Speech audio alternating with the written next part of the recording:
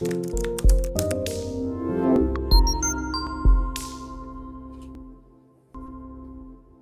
don't know who needs to hear this, but nobody's coming to save you. People jump into relationships, have kids, get married, just off of energy, and we don't address things that are critically important like finances. No perfect timing, no perfect opportunity, no perfect mentor. It's working with single mothers versus women who are married and have children, is that the women who are single with children end up making better financial decisions than the women that are married with children. At some point, you just have to say, I'm betting on myself. Because it's the main reason that people end up divorced, but we never talked about it. I've met with married women who have children who are on board with proper planning, and then she says, let me talk to my husband. That's the last thing any financial advisor wants to hear. And sometimes you need to jump off the porch and leave the safety net behind. And if you keep waiting for certainty, you'll be waiting your entire life.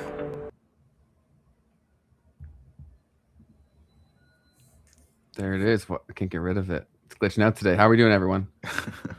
What's up, man? What's up? Today's the best day of my life, Ben. How you feeling, Ben? I'm all right, man, but Riverside's not. I'll try refreshing my feed, but y'all keep talking while you get it going. Cool. Yeah, we got Clift Roach with us in the house, and now it's just me on the stage. I don't know, maybe y'all can see other people too. Okay, cool. You still there at least. I fixed it. There we go. Awesome. Clift. What up, dog? Financial planner at one point in time. Do you still do any of that or not anymore? Man, I do consulting independent now.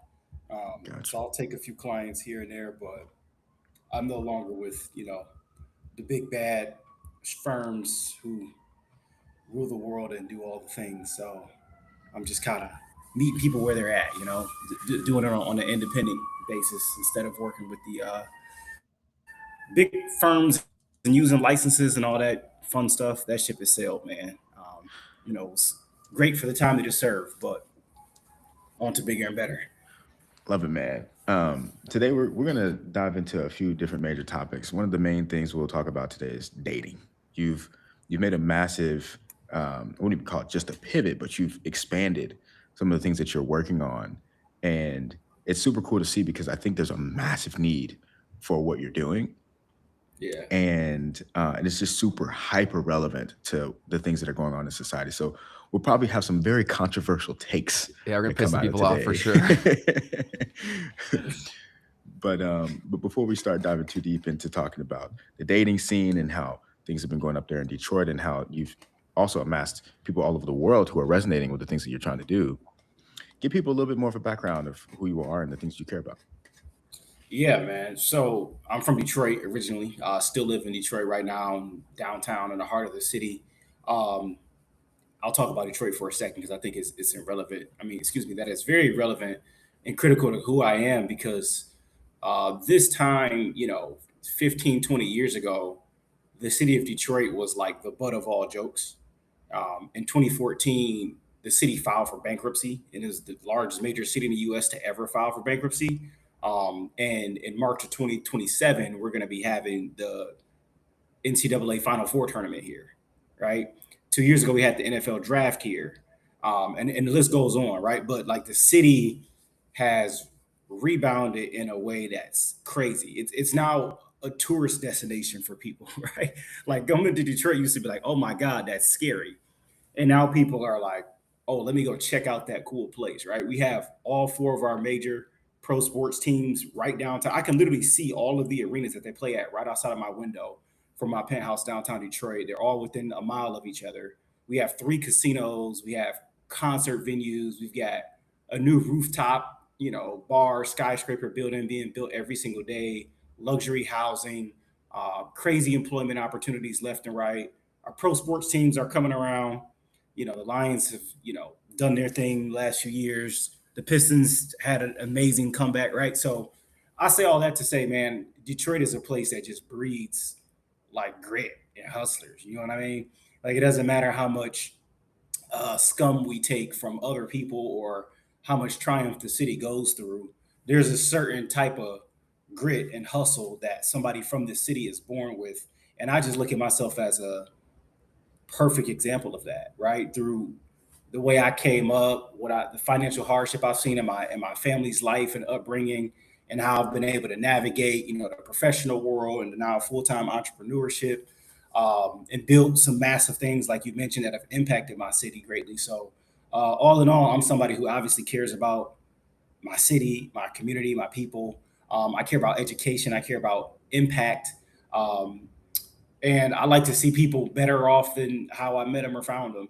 And whether that's me teaching you something about how to invest your money that you had no clue about, or that's me hosting an event where you get to meet somebody that ends up being a future business partner or your biggest client ever, and they write you a check that changes your life, or I introduce you to the love of your life at an event that I've hosted, or via Instagram. I don't care how it happens, right? I just want to be a person that connects people and allows beautiful things to happen, man. So that's what's important to me. Obviously, a loving relationship with my family and putting God at the center of everything I do. I guess that's the simplest nutshell way I can kind of pack things up. I'm sure I could go on for hours, but I'll leave it at that. Keith, have you been to Detroit before? Love it. I have not actually. I've Never, actually been no. there a bunch. I spent a decent amount of time in Detroit because I got some family friends that are there. And yeah, I agree with a lot of what you said there, Clift. And it's a incredibly underrated city, in my opinion. And in the downtown has even come quite a long way. It's a really cool place. I strongly recommend going to check it out. And you can definitely feel that with the people too. It's a really cool spot. So I just wanted to double tap that. But I'm sure Keith wants to hear more about all the stuff you've been building. Yeah. Well, yeah, man. There's also just a lot of history to Detroit, but we'll touch on all that for sure. Yeah.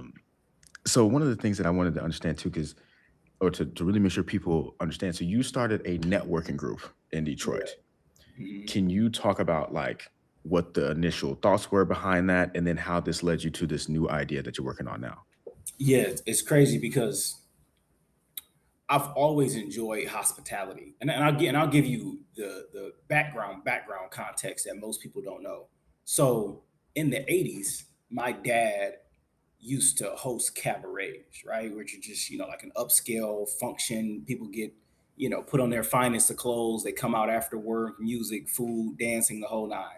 This was before my time. But you hear your parents tell you stories about what they did in their younger days, and you're like, man, you weren't that cool, man. Shut up, right? So that's what it was like growing up. My dad's telling me all these stories about these events he used to throw, and I'm like, whatever. Fast forward, I'm a sophomore in high school. I'll come home from school one day. My dad's home early from work. I'm like, something's wrong. He's sitting on the couch, and he's like, son, I got fired today, but we're going to be all right. And he has not worked a real job since that day. That was 15 plus years ago. The first thing that he leaned into to then support our family after he lost his house was hosting events. I'm sorry, not after he lost his job, excuse me, was hosting events. So he went right back to it. So him and his boys got together. They started throwing, a New Year's party, a Halloween party, a Mother's Day brunch, right? They would play off the holidays. They would do an annual Shades of Blue party every July where people would be dressed up, but you had to wear some shade of blue, right? So, a lot of times people have white parties. They were throwing blue parties. And then they would do ballroom dance classes every single Friday night. He would charge people to cover at the door. And that was how he got by when he lost his job.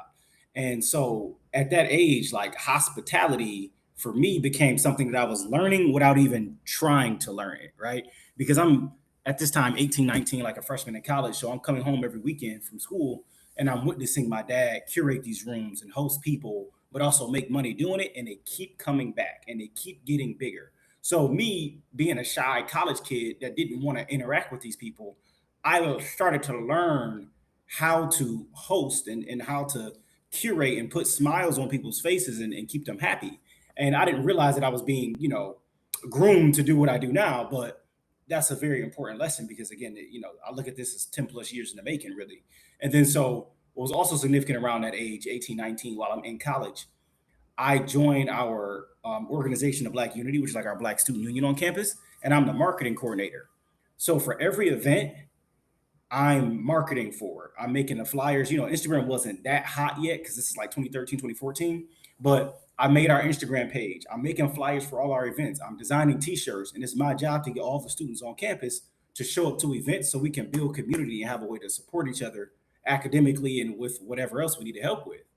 And so I started that whole marketing to a mass group of people to build community thing in college, right? So I'm doing that while I'm getting my degree.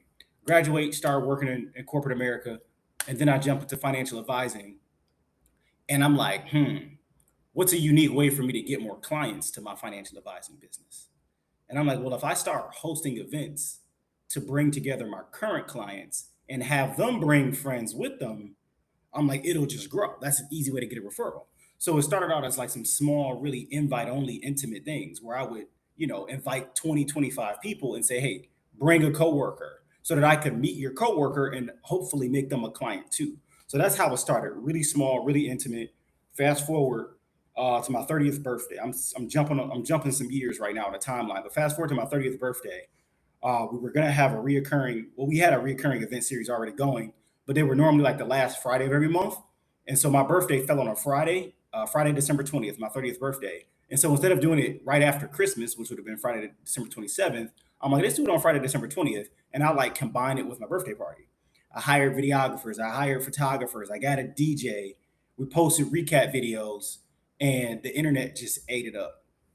They just ate it up. And then from there, it started to grow. I had the social media pages growing and scaling, and I just started to invite more people out to the events. And then they've just literally blossomed into, what's now a membership-based networking community where people get access to the events on a monthly basis and a ton of other resources. But yeah, man, I know that was long-winded, but it's important, I think, to always share that context, because a lot of people are just like, oh, you woke up one day and just started throwing these really big events. And it's like, you have no idea. Like, I've been learning these tricks of the trade since I was like 19 years old, and now it's really coming to fruition. But the base of the events currently was just, again, it was about connecting my clients, giving them a chance to meet each other because they were in a ton of different industries: attorneys, doctors, engineers, real estate agents. And what we know is people just hang out with people in their own industry, right? Like, doctors know a lot of doctors, accountants know accountants. They don't get a lot of opportunity as adults to meet people in a bunch of different industries unless they're a part of some type of country club or social group. And I'm like, well, I'm just going to bring these people together because I'm a financial advisor and I know all of them.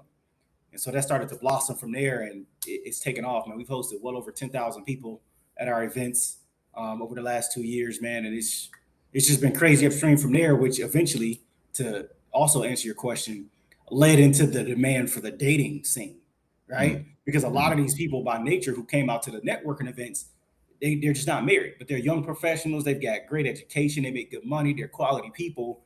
And they're like, I want to date. I want to find him or her or whatever. And so people were bugging me for a long time about putting together a singles mixer. And I'm like, no, I don't want to do it. And then one day, somebody said something on social media. They commented under one of my posts. I'll share this and then I'll wrap up because I'm going forever. I made a post one day, and this was my financial advisor brain, because I'm like, I know a lot of high income earning people in Detroit. So I made a post and I said, if you're in the Detroit area and you make over 6 figures a year, like this post. It had like 600 likes within like a week. I'm like, okay, that's actually a pretty significant number, especially considering that like 99% of these people who liked it are Black. And I'm like, nobody would believe that there's, you know what I'm saying? Like 600 doesn't sound like a lot, but it kind of is, right? And that's just who saw the post. That's a valuable post, man. Yeah. That's just who liked it, right? So the reason I posted that is because I had a crazy idea of like designing a REIT, a real estate investment trust, that's like all owned and operated by like Black businesses, and we all work and live in this same corridor of commercial and residential real estate. I'm like, it's not going to happen. But I was fantasizing. I'm like, let me just see how many people make 6 figures. And so, okay, I get 500 likes. People are commenting. And then one of my old clients, she says, I'm here to see where the single men over 33 are who are making 6 figures, right? She commented that on a post. Within 3 hours, her comment had 78 likes. And I said, I said, the women really want to know where the men are. Right? I'm on here trying to come up with like an investment concept to help people get 10%, 20% on their money over the course of a year. And she's like, where are the men at? And I'm like, hey. Like when she posted that, like, where are the men at? And I saw all the women liking it. I said, I have a different void that I need to fill. Not only connecting people for business ideas and educate them about finance. But if I can help people find love, oh my God.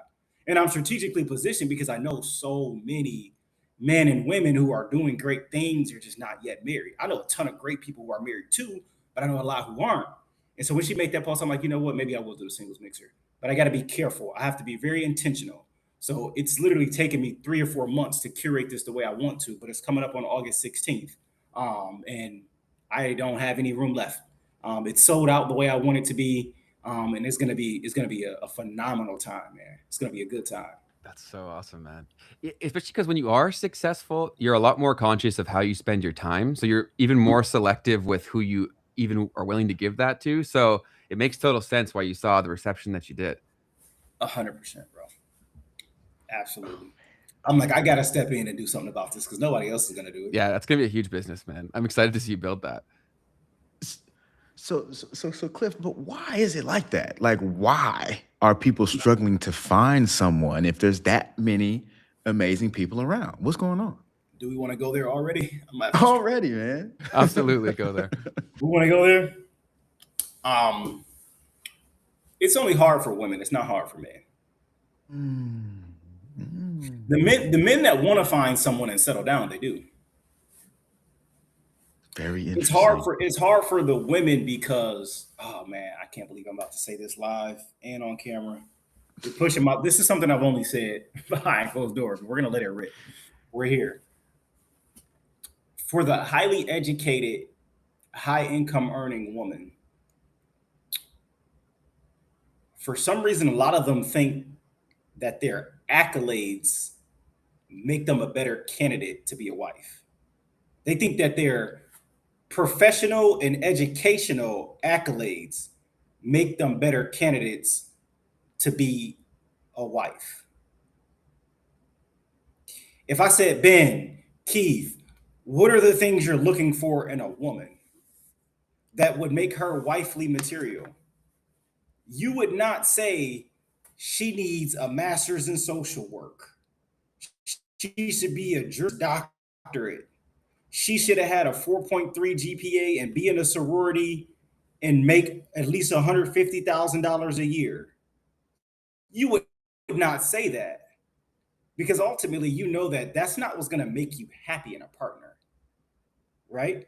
So I see a lot of women who are in that, again, they make 6 figures. They've got 2 or 3 degrees. They might even have their own house, their own car. They're financially independent. They might be in shape and look good. And they think that all the things they do for themselves are going to make them a good partner for someone else. But it's like your Juris Doctorate degree, sweetheart, does not make you a good companion for me. Your Juris Doctorate helps you get a job at a law firm.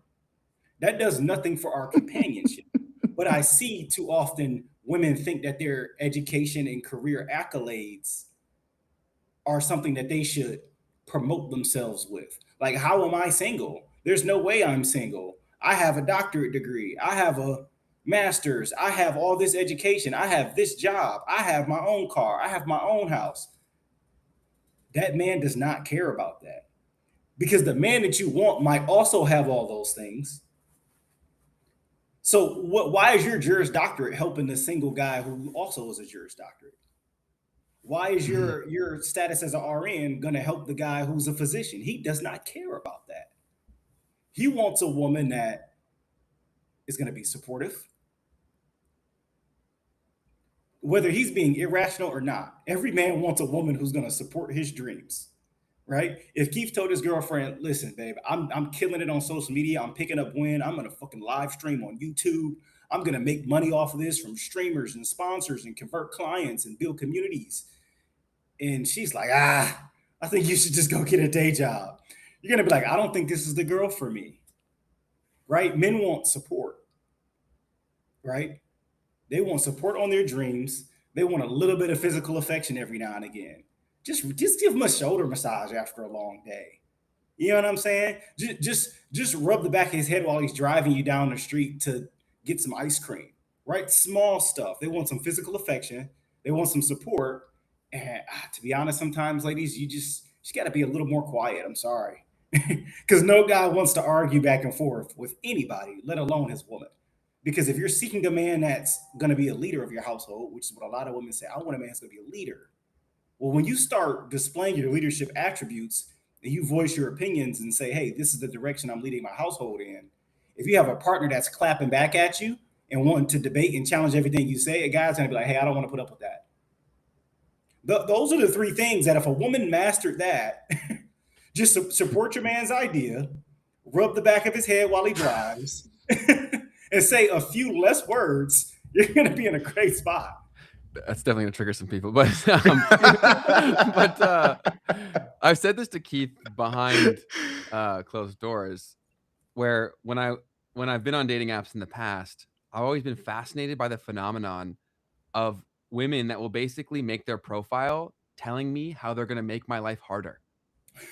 And I'm like, who gave you this advice? Like the whole high value women thing. It's like if we're talking about the dating market equation, men should pick that, no? In terms of like what is a high value woman? High value is determined by who you're trying to attract. So it seems I agree with a lot of what you're saying in terms of maybe not the don't talk piece. I've not experienced that, but but I hear you, Keith. Where you got for me?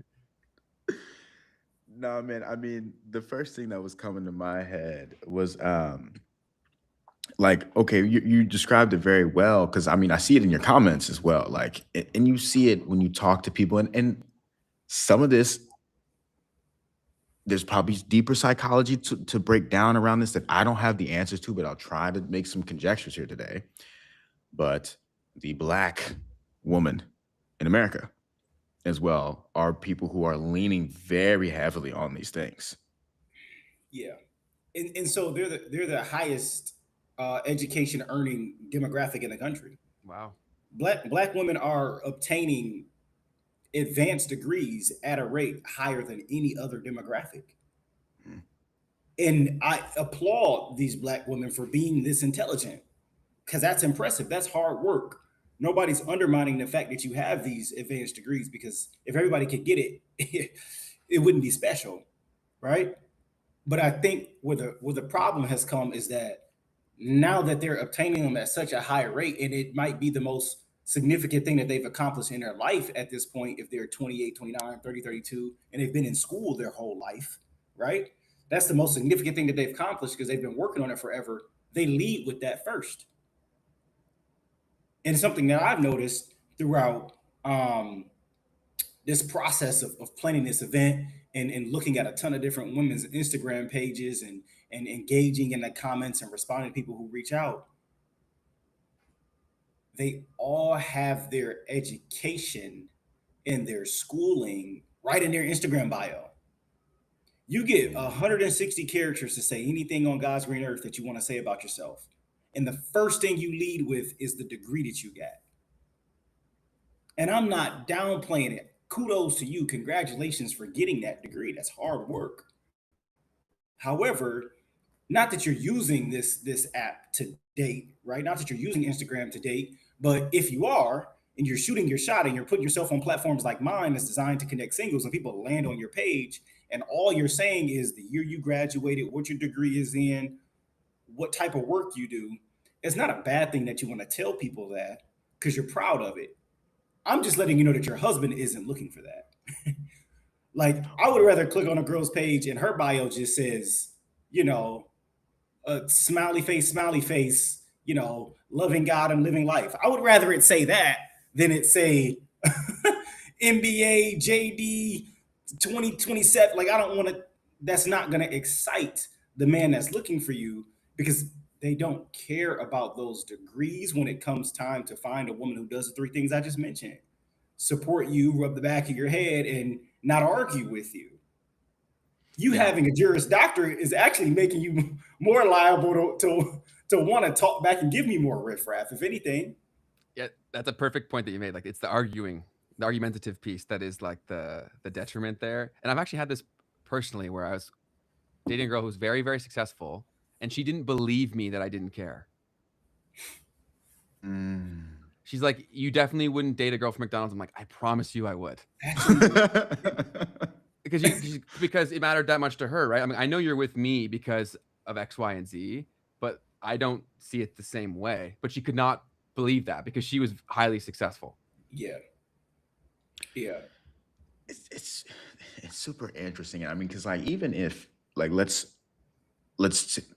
although we have laid out the baseline that men and women aren't necessarily looking for the exact same thing in each other, or at least Ben, you've kind of pointed to that, right?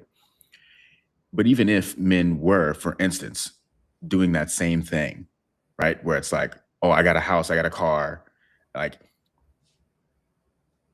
for some women, maybe for some of these women, maybe like that matters that much, and like that's great, and that's the only thing that they care about. But like, I would never personally like put that in my bio. I have my own like, and I'm not saying that this is what these girls are doing. But guys don't put it in their bio. They post the photos of the proof. That facts. So I'm not gonna be personally right, and just for how I'm moving in life, and maybe it'll change at some point. Like I'm gonna be posting like I'm on the private jet and I'm like in my whip, check out my Lamborghini. Like you can do that. There's nothing wrong with that either. I'm just saying like that's also gonna attract certain types of people as well, and certain types of responses as well. Clift, you did a good post yesterday. I'm gonna actually go ahead and just pull that up. On your vetted singles page, you said at a first date shouldn't cost more than $50 to $60. Agree or disagree? What was the response like? Oh man, he got some good ones, man. He got some good ones in here. They were all over the place. Mary said, I went on a date, ran it up to $250, had a great time. He kept suggesting different places to go. Let me see. This lady said, I disagree. The date should cost whatever you're willing to invest. It's not about how much you spend. I had a first date where the dude only spent $30 and it was amazing. And I had another date where the dude spent more than $300. What are y'all's initial thoughts to that one? Because I got mine on there and I love my response. I want to hear Cliff's first. Go for it. I might not ever stop going about this one. Go ahead. Here's my stance. I think it depends. Okay. So and here's what it depends upon. If you've met this woman in person already, it doesn't matter how. If we met at a bar one time and we chopped it up for 15 minutes and it was fireworks for that 15 minutes, and I'm like, the vibe is there, and then we plan a date the following week, or if we bumped into each other because we had a group of mutual friends and it was a small intimate situation, we knew some people in common, they could vouch for you, they vouched for me, we had conversation, it was cool, now we want to plan some one-off time for ourselves. Or if we went to college together 8 years ago and then we decide to reconnect in adulthood later on, but we already know that we have chemistry, I don't think that you should put a limit on that first date expenditure. If you already know that in person you all have chemistry, if a man can afford a $400 date the first time they go out, spend $400, bro. I'm not mad at that. Go overboard if you want. Show up with the flowers, do the fancy reservation, whatever your bag is. And it doesn't even have to be a fancy dinner. It could be expensive without it being a fancy dinner. Whatever, whether it's creative or it's fancy and upscale, it doesn't matter. If you want to spend $400 on that first date, but you already have met this person in real life before, spend it. If this is we matched on Hinge and I'm trying to take you out for the very first time, we don't know anybody in common, I've never met you in real life, or I slid in your Instagram DMs because I like the way you pose and the angles of your pictures and those filters you used, right? We've never met in real life, but we're just getting together from an online meetup, and I don't know if we have any real world chemistry.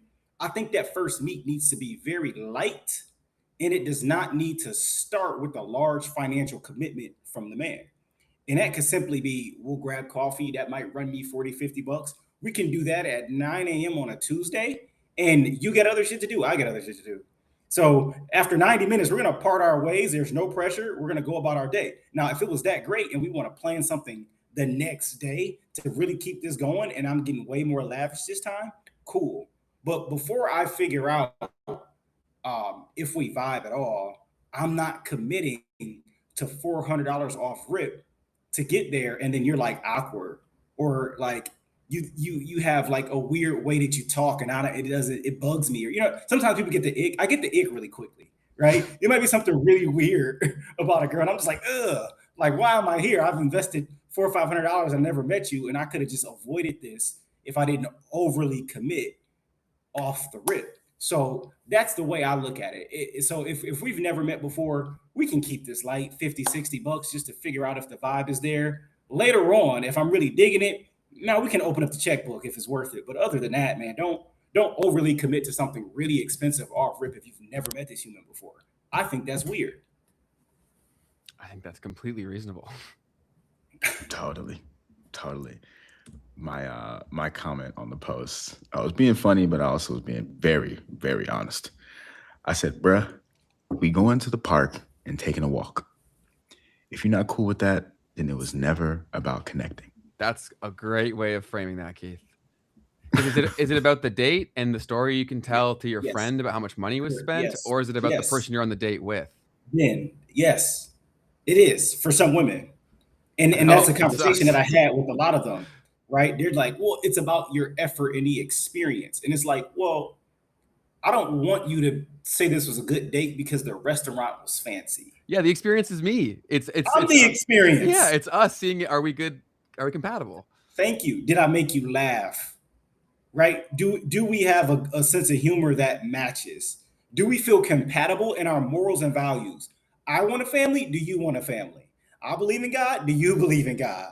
I want financial freedom. Do you want financial freedom? That has nothing to do with the atmosphere of the restaurant. We could figure that out walking in the local park or on the riverfront for free, or we could figure that out at Starbucks. We don't have to be at a $300 Ruth Chris dinner with a white tablecloth to understand if we have chemistry, if we are on the same page about anything at all. We can figure that out for less than a $300 commitment. And I think a lot of women, this is gonna poke some nerves. Let's go there. For some reason, women, they equate the price tag of the date to their value as a woman.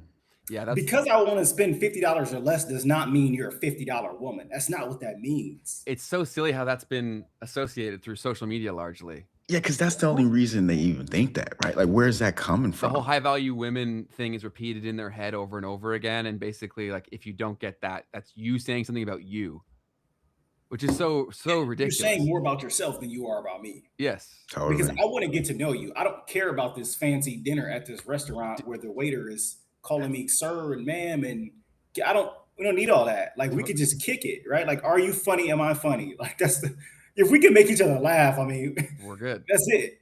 Yeah, it's so crazy how that's been so misconstrued, where that is now the expectation. And then, Keith, you alluded to this earlier too, but if that is the expectation, then the person who's willing to do that when they've never met you before, this is probably a pretty normal thing for them.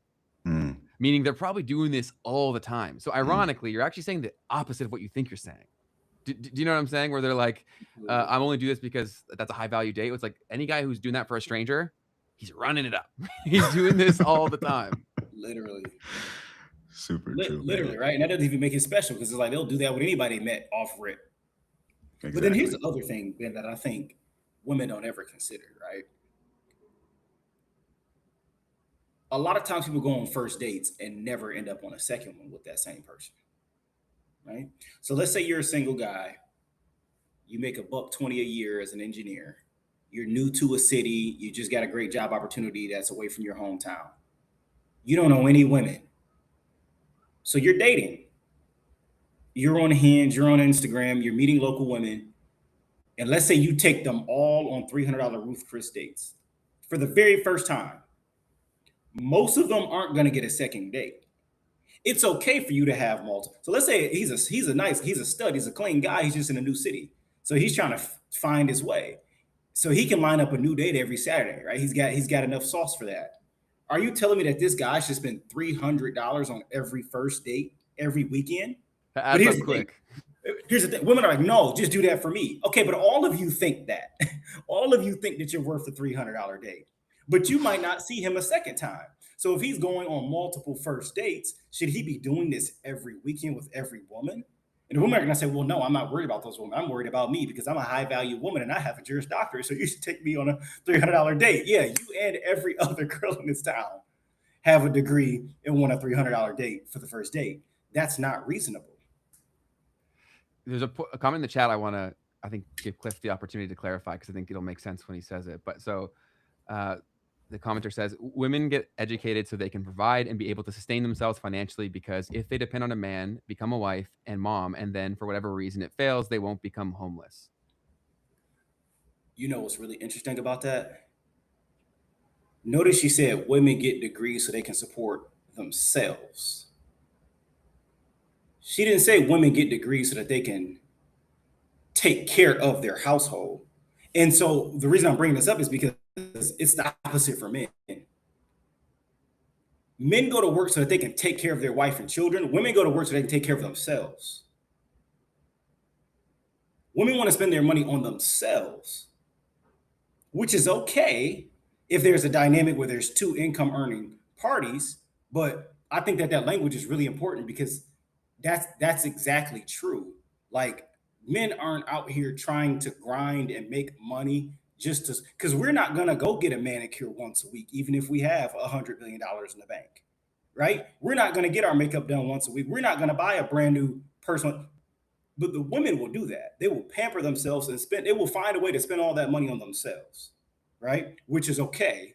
But that goes back to the conversation of, you just want an experience more so than you want to get to know this person, because you're worried about what your money can buy you or what his money can buy you, instead of how he makes me feel, or does he support me, or does he protect me? I hear you. Well, Cliff, you had an opportunity to really take the softball approach there of saying that that's not what you said. Which I thought he was where he was going to go. No. Fair enough. We got another one here. That this is an echo chamber, referring to, like, obviously with three men talking, right? You need to actually ask educated women why they do what they do. You babbling about your ego because you are foolish enough to spend $3 on first dates. I'm assuming you've spoken to women that fall into this category. What do you hear from them? Yeah, I'm just going to assume whoever made that comment missed the context, but I've had more conversations with highly educated income earning women than probably 90% of Americans, given the fact that I spent so many years as a financial advisor working with people who are high income earning and have multiple degrees, single, married, divorced, in every situation you can think of. So I know that, again, that's why I'm able to host these events anyway, because I know so many people who fit that demographic, single and married, who are high income earning and educated. So I have talked to them, and I do know exactly what they're thinking and feeling, because my businesses have been built around that. And I say all that to say, what I said earlier still holds true. They get the education, they get the degree, and they lead with it because it's been their biggest accomplishment. But their thought process is, I'm doing that so that I can support myself and I don't have to rely on men, which is okay, because you might not end up married, right? Statistically speaking, I believe there's more women just in existence than there are men, right? And so if every one man can only marry one woman, that means there's going to be some women who have to take care of themselves. Right? I understand that. Where the problem comes in is that when a woman meets a man that can take care of them, they don't know how to put all that super hyper independent stuff to the side and allow that man to lead, right? Because they still want to be the leader of their own ship, which is fine when you're single. But when you want to join forces with the type of man that you say you want, he's going to want to be the leader in that house. And that's going to mean that he's not going to want to go back and forth and argue about whatever little things, just because you feel like you should be staking your claim because you're used to taking care of yourself. Well, that goes out the window when you're in a marriage, right? That's the point. It's a union. It's two becoming one. So now you've got to be on the same page. You can't be thinking just independent about yourself anymore at that point. One of the key pieces of what you were saying there, that, like, because people are gonna want to argue back against some of the premises that are there, but what I think is still important to really highlight is, if this is the man that you're trying to find, right, who's successful leader, that's the piece of it. Like, you might be able to have all of these amazing things and be a great leader as a woman as well and have that. But if you're wanting to be with that man, that's also these things, that's when you might end up with an issue at some point, right? Because you probably do. to some degree, right? Want to be with Yeah. that guy. So Yeah, 100%. And right, it's nothing against the woman being independent, educated, making a lot of money. You just have to understand that those priorities for you that help you take care of yourself are not the things that's going to make that man attracted to you. It might be good things to have, because if it does not work out, yes, maybe you can take care of yourself. But those aren't the thing that's going to get you the ring that you want. Right? Because that man does not go out hunting for that. yes. And so Kimberly, she said, listen, I'm talking about in the context of if they fail in the marriage, not during the marriage. And then, and I just wanted to bring up, because we had Jessica Hawk, my teacher face on like about a week and a half ago, 2 weeks ago.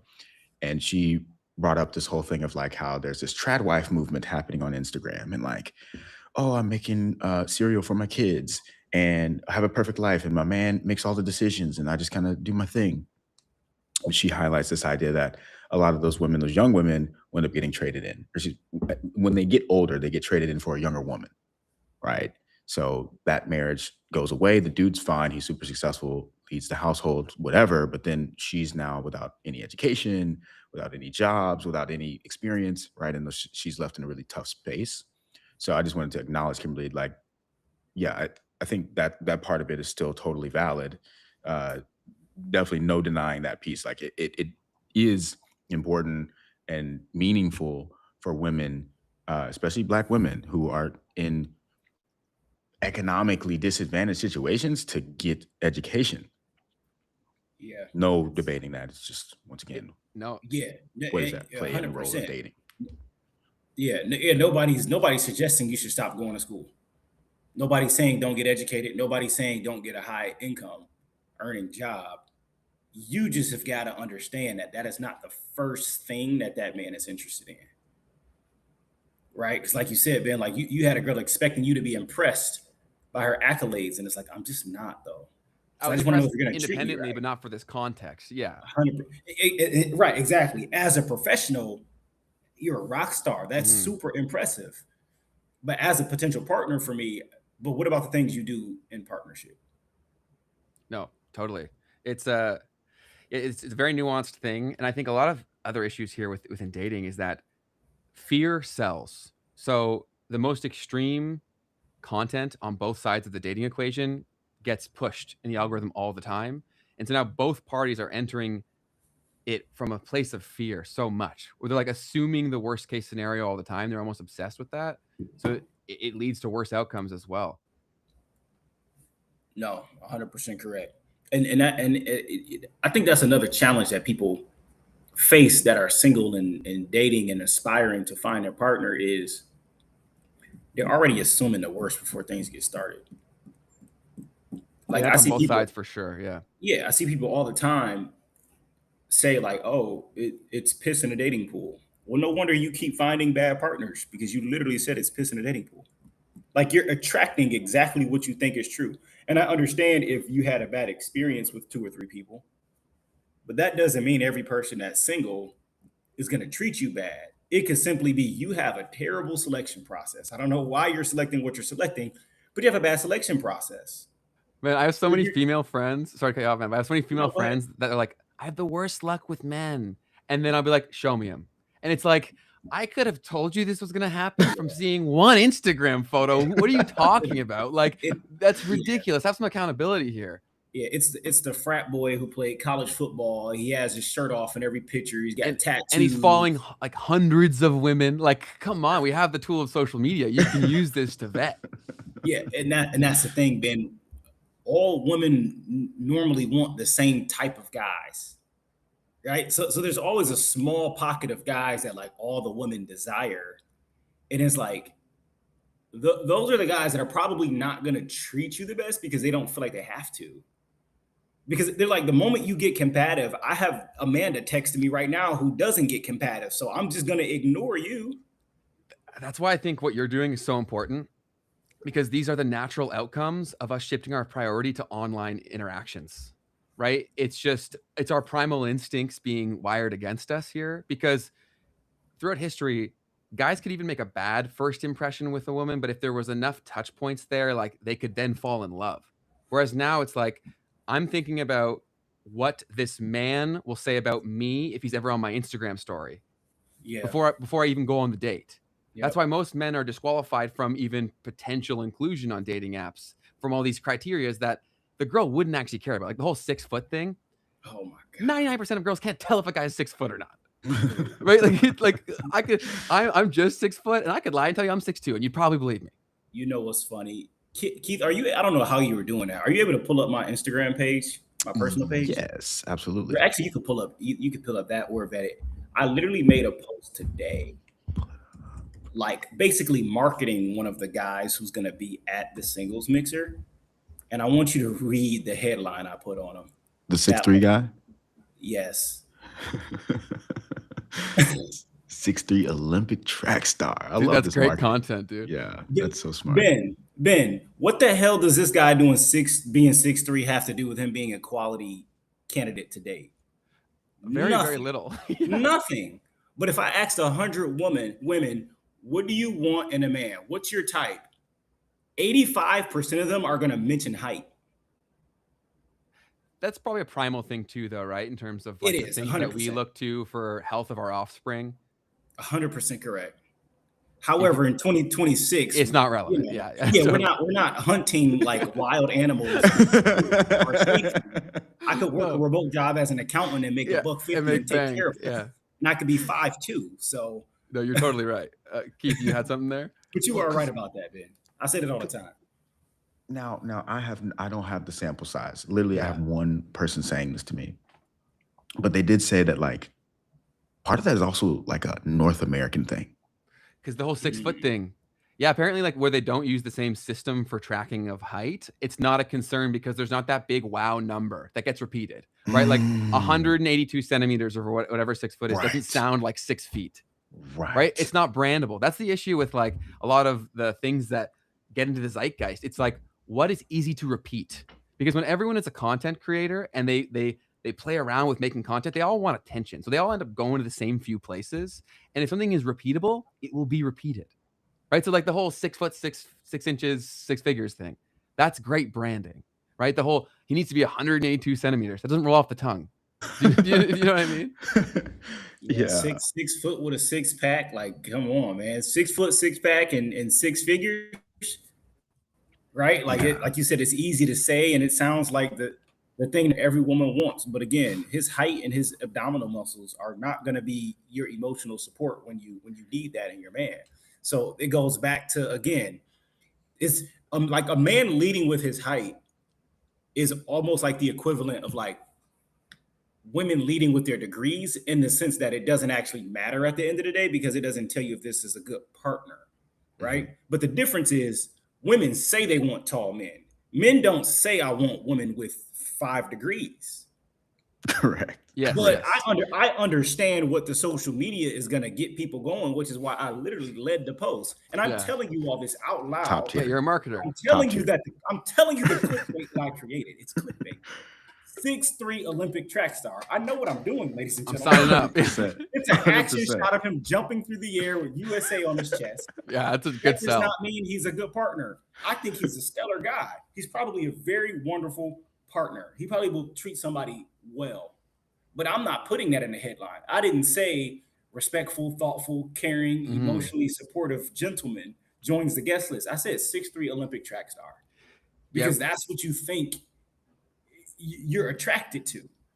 Now, obviously, once you get in this room, I've curated the event in a way that you're really going to get a chance to dialogue and understand what he's about and all the other gentlemen there. But him being 6'3" and running in the Olympics is a cool, like, stat line. But that's not going to be what makes him husband material. No, we're over-indexing on things that have almost no direct correlation to effective relationships. Like almost none. Right. And it goes both ways too. Like even a girl being really beautiful and having like great assets, like that's not something that's going to make her a good wife. You know what I mean? Because she's got a great body. Like that's not going to actually help you. But we see it and we're visual creatures and all we do is spend time on this thing. And then we're also worried about other people looking at us. What other people are going to think. Yes. Totally. And I think that's the worst part, man, because there are women who are afraid of bringing their husband around, and other women are like, ugh, you could have did better than that. And vice versa, For right? sure. No guy True. wants to be the guy that pulls up to the barbecue and everybody's looking at his wife like, bro, what are you doing, man? You could have did better than that, right? Nobody wants that, right? Like all women want the husband that they can brag about. Totally. What woman doesn't want to go to the book club or the nail salon and say, oh yeah, my husband, yada, yada, yada, blah, blah, blah, blah, and rag about his successes and his accolades and his motion. But men don't get together and say, oh yeah, well, my wife's got more degrees than yours, right? Like that's not the conversation that men have. Now, men might have a pissing contest about how good their wife looks, but they're not going to be hanging their hat about like how many degrees she has. It's impressive, again, from a professional standard, but like that's not the main thing guys are out here hunting for. No, 100%.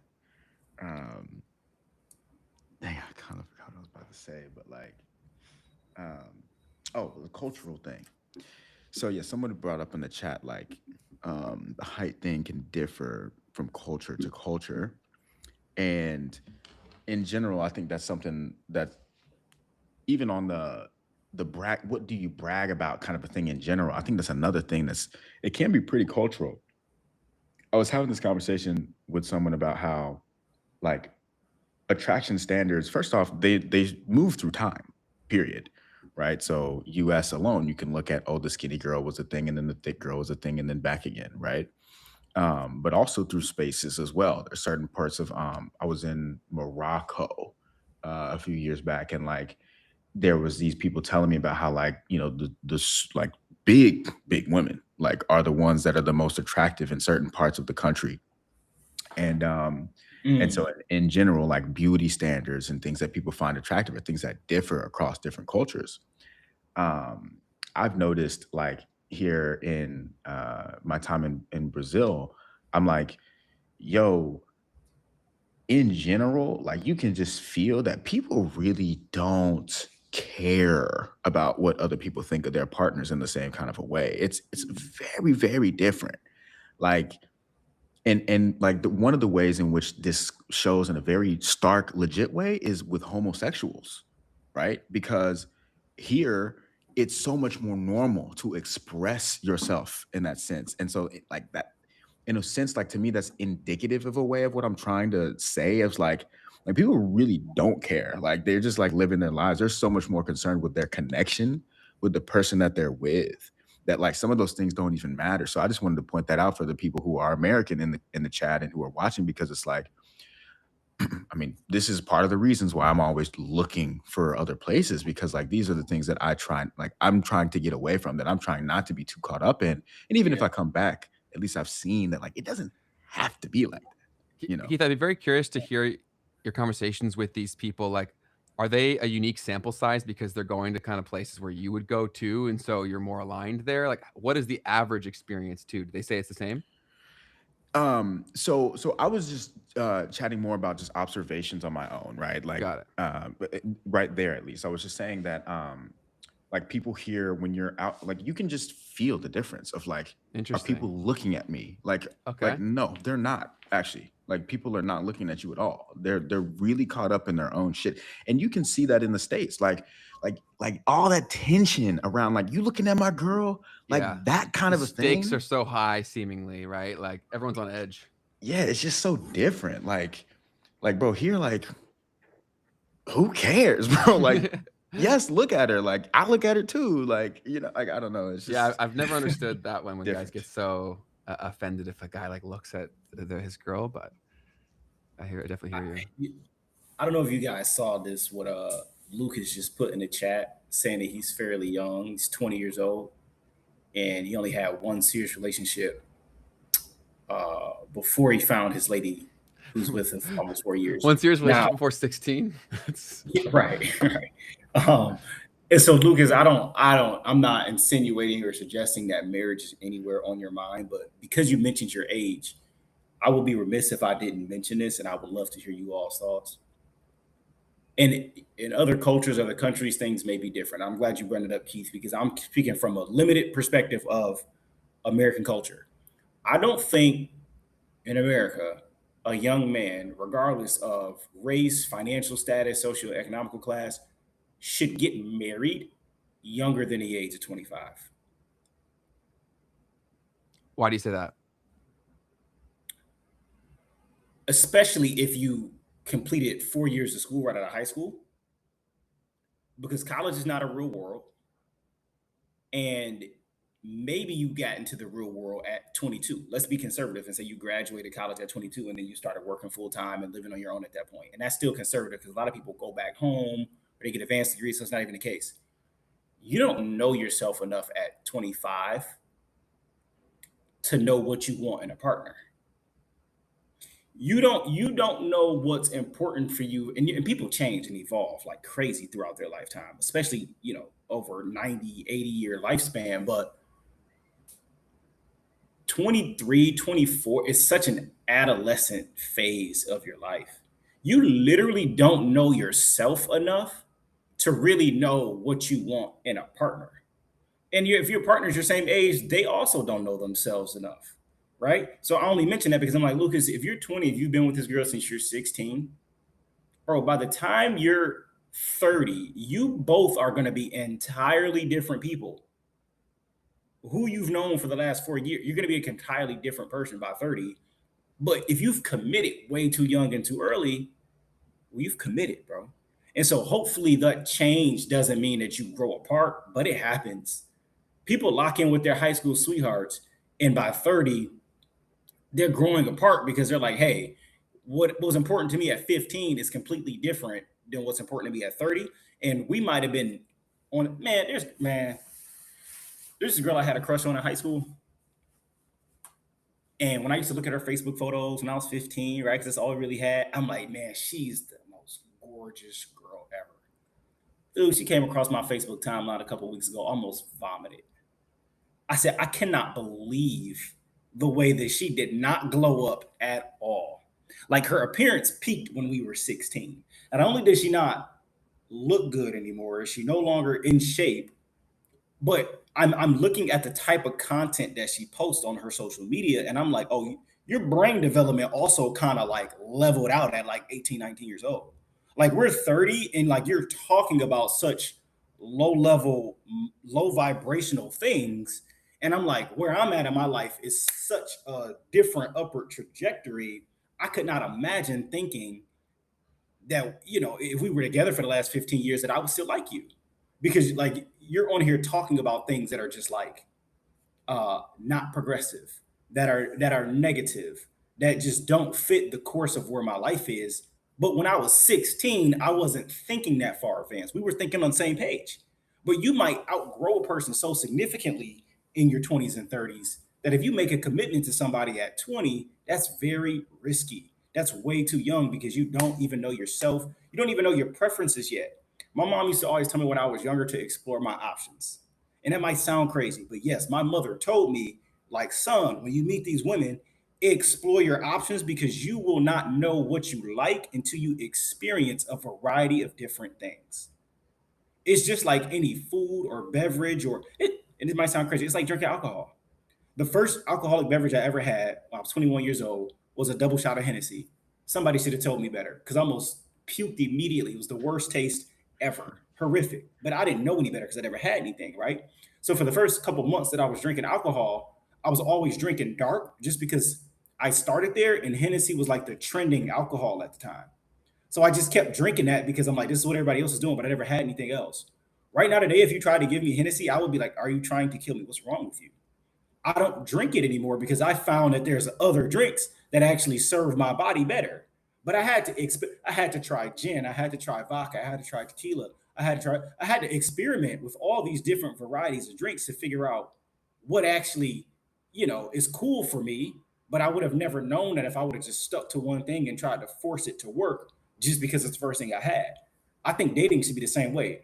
Like you've got to find what you actually like, but also you're going to grow so much in those young years that it's kind of scary to commit to somebody that young and you have no idea where your growth may go. Because I mean, that's probably the most significant growth decade of your life, to be honest. 20 to 30.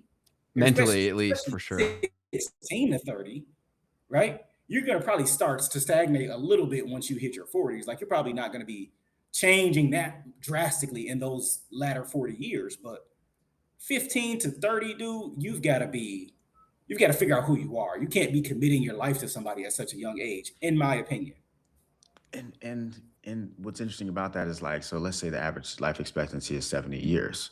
So you would be potentially spending more of that time, if you're getting married before 30, more of the time that if you were alive, you would be with this person, right? You have more of that to go left still.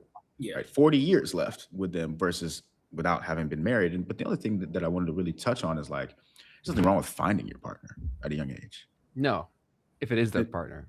Yeah. And then it's just like, if y'all are going to be together, then why does it matter when y'all get married? That's a big thing too, man. I'm glad you brought that up, because that's another social media outcome where, because weddings are such a visual thing that the content economy around marriages is just absolutely insane. True. And so now visually also, because women are a lot more like socially comparative, I would say, than men in a lot of ways. And so if they see that on their timeline, other people getting married, they're like, I need to get married. And then that leads to forced outcomes. And I think some of the nicest thing that you can do even for your partner is like explaining that. Like, what are we engaging in? Like, I know you want the party. Do you understand what comes with the party? Because it's not easy to get out of. Like, my parents got divorced, and like divorces are messy, very, very messy. A lot of people don't understand what it is they're entering themselves into. So I think you're a great point, Keith. If it is the right person, amazing. That's awesome. I'm glad you met at 15 if that is the case. But just understand what you're walking into. That's true. I think it's impossible to know at 15 if that's the right person. Definitely. It's impossible. Totally. The women that I thought I liked at 25, at 31, I'm like, ugh. What? No way. It's not that bad. But even some of them is like, no. Right. And that's the scary and the danger and the risk of, just dating and marriage anyway. But doing it super, super young, I just don't think is wise, because there's a lot of potential that you could just change so drastically that you're like, you're not a bad person. We just don't match anymore. Or what I'm really interested, you might not even know what your real interests are. This is the other thing about why men shouldn't get married super young. Men are only as valuable. How do I phrase this? Men's real true value lies in how in tune with their purpose they are. If a man does not know what his real purpose is, it's going to be hard for him to truly grow and mature and take care of himself the way he wants to, and especially take care of a family the way that he should and may want to. And I'm just fearing that a lot of guys don't know their purpose at that young age. When I was 20, I had no idea what my purpose was. And this is why we see a lot of athletes struggle, because you may be so hyper focused on mastering the skill of shooting a basketball or running a football, and then you make it to the highest level, and then you're a retired NFL player by 28 with a couple $1 million, and you're still not 30, but you've never known anything other than football, right? And then you see guys, they lose their money, or they just go end up working some odd job that they could have got out of high school, and it's like, how did this happen? You, right? Your whole life you were a superstar athlete, but you never had any chance to develop like personal interest or find what your calling in life was. All you knew how to do was play a sport, and you were a freak athlete, and you did that, and now you're 28 and lost. You're a lost soul. I see it happen often. One of the jobs I used to work, they love recruiting and hiring athletes, and I worked with some guys who literally played D1 ball at the highest level. Some of them even went pro, and now they're just like stuck because they never developed anything else, right? But you're just young. You just got to get some more reps under your belt. You need some more years of experience to really find out what you like, what your calling is, what your purpose is. That's going to make you better for yourself and for your future partner. Great question in the chat here. I'd love to hear Clift's response. What y'all think of dating with 5-year age gaps? Clift, what do you think? I think if a woman's dating a guy 5 years older than her, there's nothing wrong with that. I mean, it depends. If you're both grown, right? Because the younger you are, the weirder it is. The weirder, for sure. Yeah, What do if you? y'all are in your, if you're both like 25 and up, like I don't think that 5-year age gap matters. I would agree with that. What do you typically find are the key numbers that people are looking for? You know what I mean? Like, is it in relation to their age, or do guys have more of a specific like age number that is fixed? Well, you know what's interesting? I've noticed that a lot of the guys who are, well, I'll put it this way. The guys who are doing well for themselves that are like 30 and up, or maybe even 28 and up, they're like already married or engaged or in a relationship that they're going to turn into marriage. And so I don't really, get much data and dialogue from the single man in that age group because they're already locked up, right? So they're not even talking about, oh, I'm looking for a woman this age. They've already got one. And they're probably right within their age range most times. I'm finding more and more women, though, who, are in their 20s or early 30s are open to dating men that are significantly older. And they might actually prefer that because they think that all guys their age are immature or they're not yet financially stable.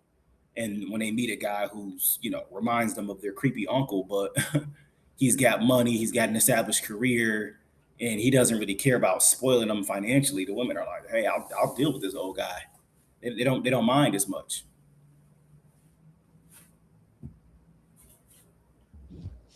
Let's see. Yeah, I mean, I find all of that stuff very interesting. There's two things to it too that I think are worth. I mean, on the dating conversation, like for people who, I've just realized how many people out there don't want to have families, and like I think that that's something that is continuing to be more and more of a thing. Maybe it's peaked. I don't know, but that's another piece that I think actually does matter. Like whether you want to admit it or not, it does matter, right? So for a guy, it doesn't matter as much, but for the woman, it does. There's like some stats out there about childbirth after 30 alone can be something that starts to get complicated. Which when you think about it, it's like 30 is pretty darn young, for that to start to change. And so I've had plenty of conversations with guys about that piece. And as I've gotten older, I've started to understand a little bit better, like how it is at all that like older men could ever be with like these young 20s types of women. And it's like, well, if you wanted to have a family, first off, in today's day and age, you don't get to just be strong and hunt to be able to take care of your family. You also got to have a little bit of a bag. That's a part of the equation. And that's something that takes time, right? That takes time. I lived in Miami where I saw the dynamics of this really playing out in real time. It's like you see crazy stuff, like straight old heads, but he's got the Ferrari, Right. And so if he's got the Ferrari, you've got the girls that I'm going to university with, you know what I'm saying, that are hanging out with this guy. And Keith, what I want to hit on to that point is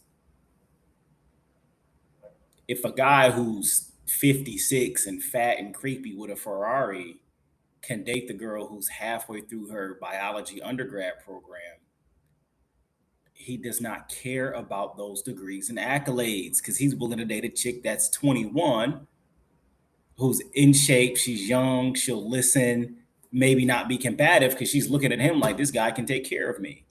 And so that just further, adds emphasis to our point earlier that we're not saying don't go to school or get educated or work a good job. We're just saying that you don't have to lead with that because that's not going to be the first thing that a guy is going to be attracted to because he will take care of the woman that doesn't have that.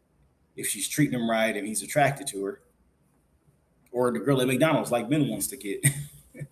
That's crazy. I wasn't saying I was like looking for that, but it wouldn't be that part of the equation. But I hear you. Yeah, I think it's just, people aren't very honest about what they're optimizing towards. Like I don't even think that many people have really thought through like people are so selfish in their pursuit of another person. And that's kind of crazy, right? If you're trying to attract someone else, it's got to be also what do you give in exchange? Like what do you provide as well? And I don't think there's that much thought across the board for that. Yeah, not at all. People are worried about what they do that helps themselves. They're not worried about how it plays into making them a good partner. Totally. You got to go down to your local McDonald's, man, and then you can. Hey, man, you got to. They'll probably appreciate it more. Yeah, man. I was. How are you now? I like this comment a lot. He said, "That's insane to me that people don't want families. There's no better driver than kids to make you want to be a better version of yourself, the best version." Yeah, I think that's got a lot of truth to it. That's a super powerful line there.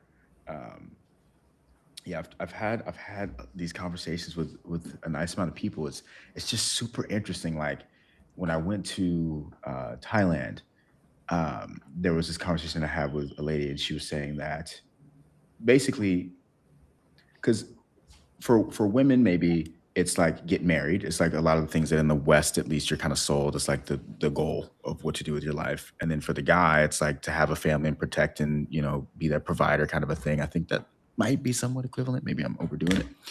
But I've been trying to break down like what levels of which has that been implanted in my own head, where I want to have a big family, right? Because that's what I was told that I want, right? To some degree.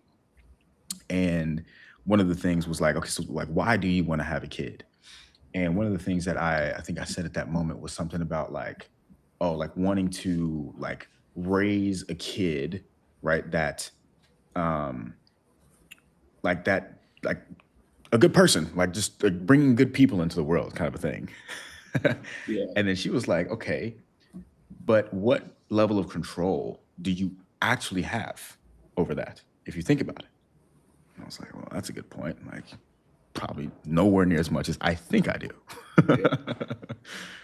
So that broke down. And then I'm trying to think of something else that was like a shatterer kind of a thing. It was like, I don't know, but basically she was saying like most people have kids as a very selfish pursuit.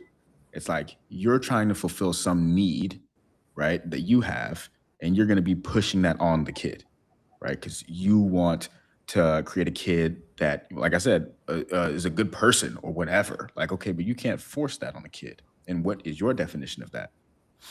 So anyways, that was one of the things that came up that I was like, okay, that shatters a piece of that for me. But yeah, so there's different things that I just have thought about with that. And then, but back to the piece about the age thing, right? Because the 60-year-old dude can have a kid whenever. The woman can't necessarily do that whenever without it being something that's a threat to their health at that point. Yeah. Do you see in Detroit, like do people, have you ever spent some time in Miami? I was just in Miami in May. Do you feel like you have that same kind of like sort of energy around like people leading with having money or like these dynamics around the money piece of it playing out like that? In Detroit? Mm-hmm. That's a really good question, bro.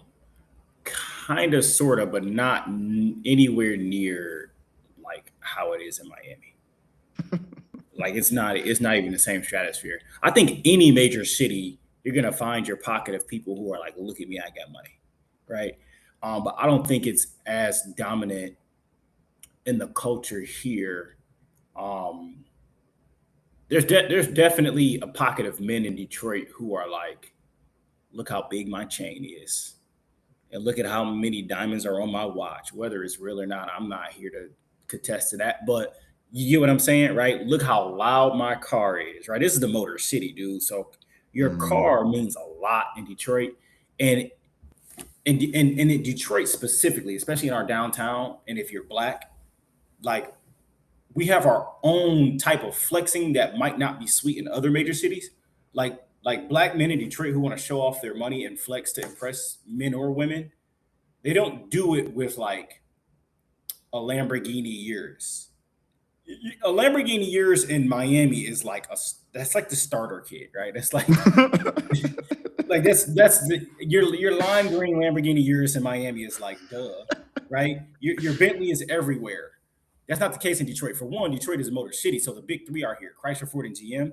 So like you having an American car can actually be more respected than you driving a Lamborghini Urus, because this is the birthplace of the automobile industry, right? So if you're driving and this, they're not as hot as they were a few years ago, but like a Dodge Charger sports car, right? Like if you had a Hellcat Charger or Challenger, like that's the ultimate like young black guy. I got money flex, regardless of how you got the money. If you've got the muscle car that's American made, like you flex that along with like some jewelry. But yeah, man, it's definitely a pocket of people who will show off with that, but also what we call old schools. I don't know if that's a nationwide term. Like, do you guys know what that means? If somebody's like, "Oh, I just parked my old school outside," I like, imagine just like an antique type of vehicle or yeah, no? like guys in Detroit will drive like a 1972 Mustang with like a brand new cherry red paint job on it. They'll throw some 4G auto rims on there. I don't know if you guys know what that is, but they'll buy rims that For cost sure. like $10,000, $12,000.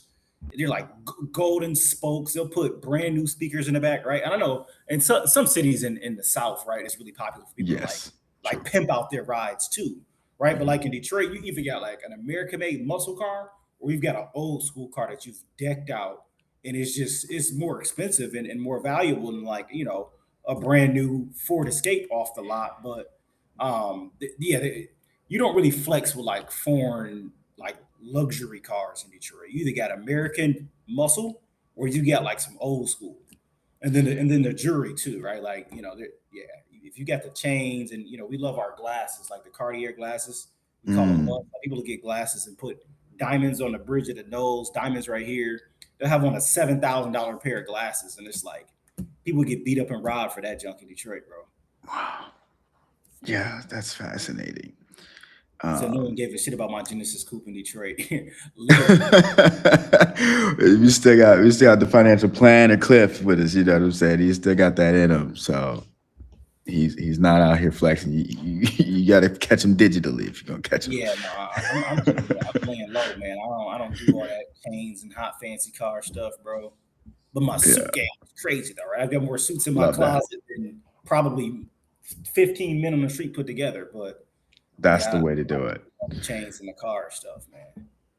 I had this interesting moment here. I'm in the south of Brazil, and like I was at this bar. It was like an outside bar, and this car pulled by, and it was like an old school Cadillac.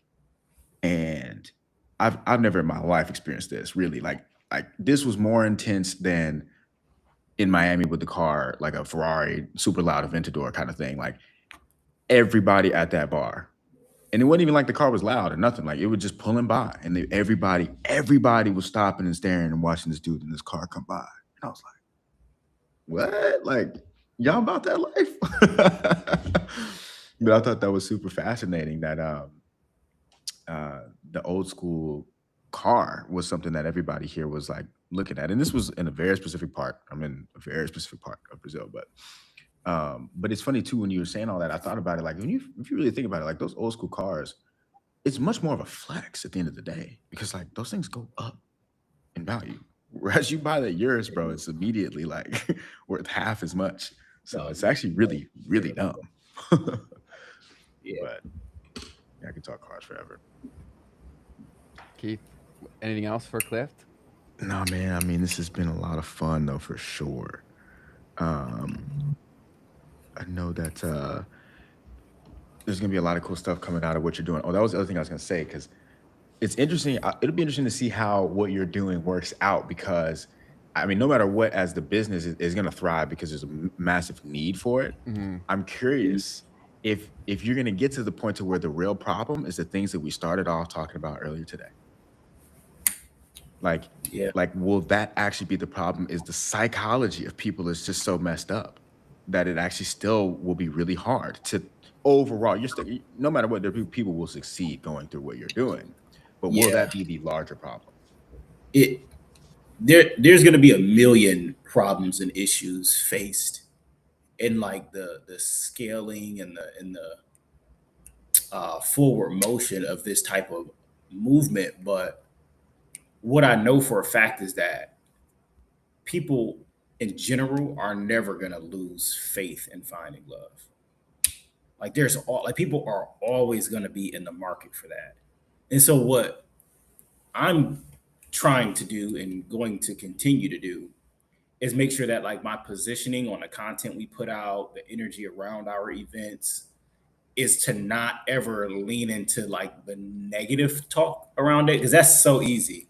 It's so easy to be like, men don't want this, women don't want that, men are trapped. But it's like if I can continue to perpetuate an environment where people are excited to find partnership, but in that may have to come some harsh truths, right? Like us talking about, ladies, you don't have to lead with your degrees.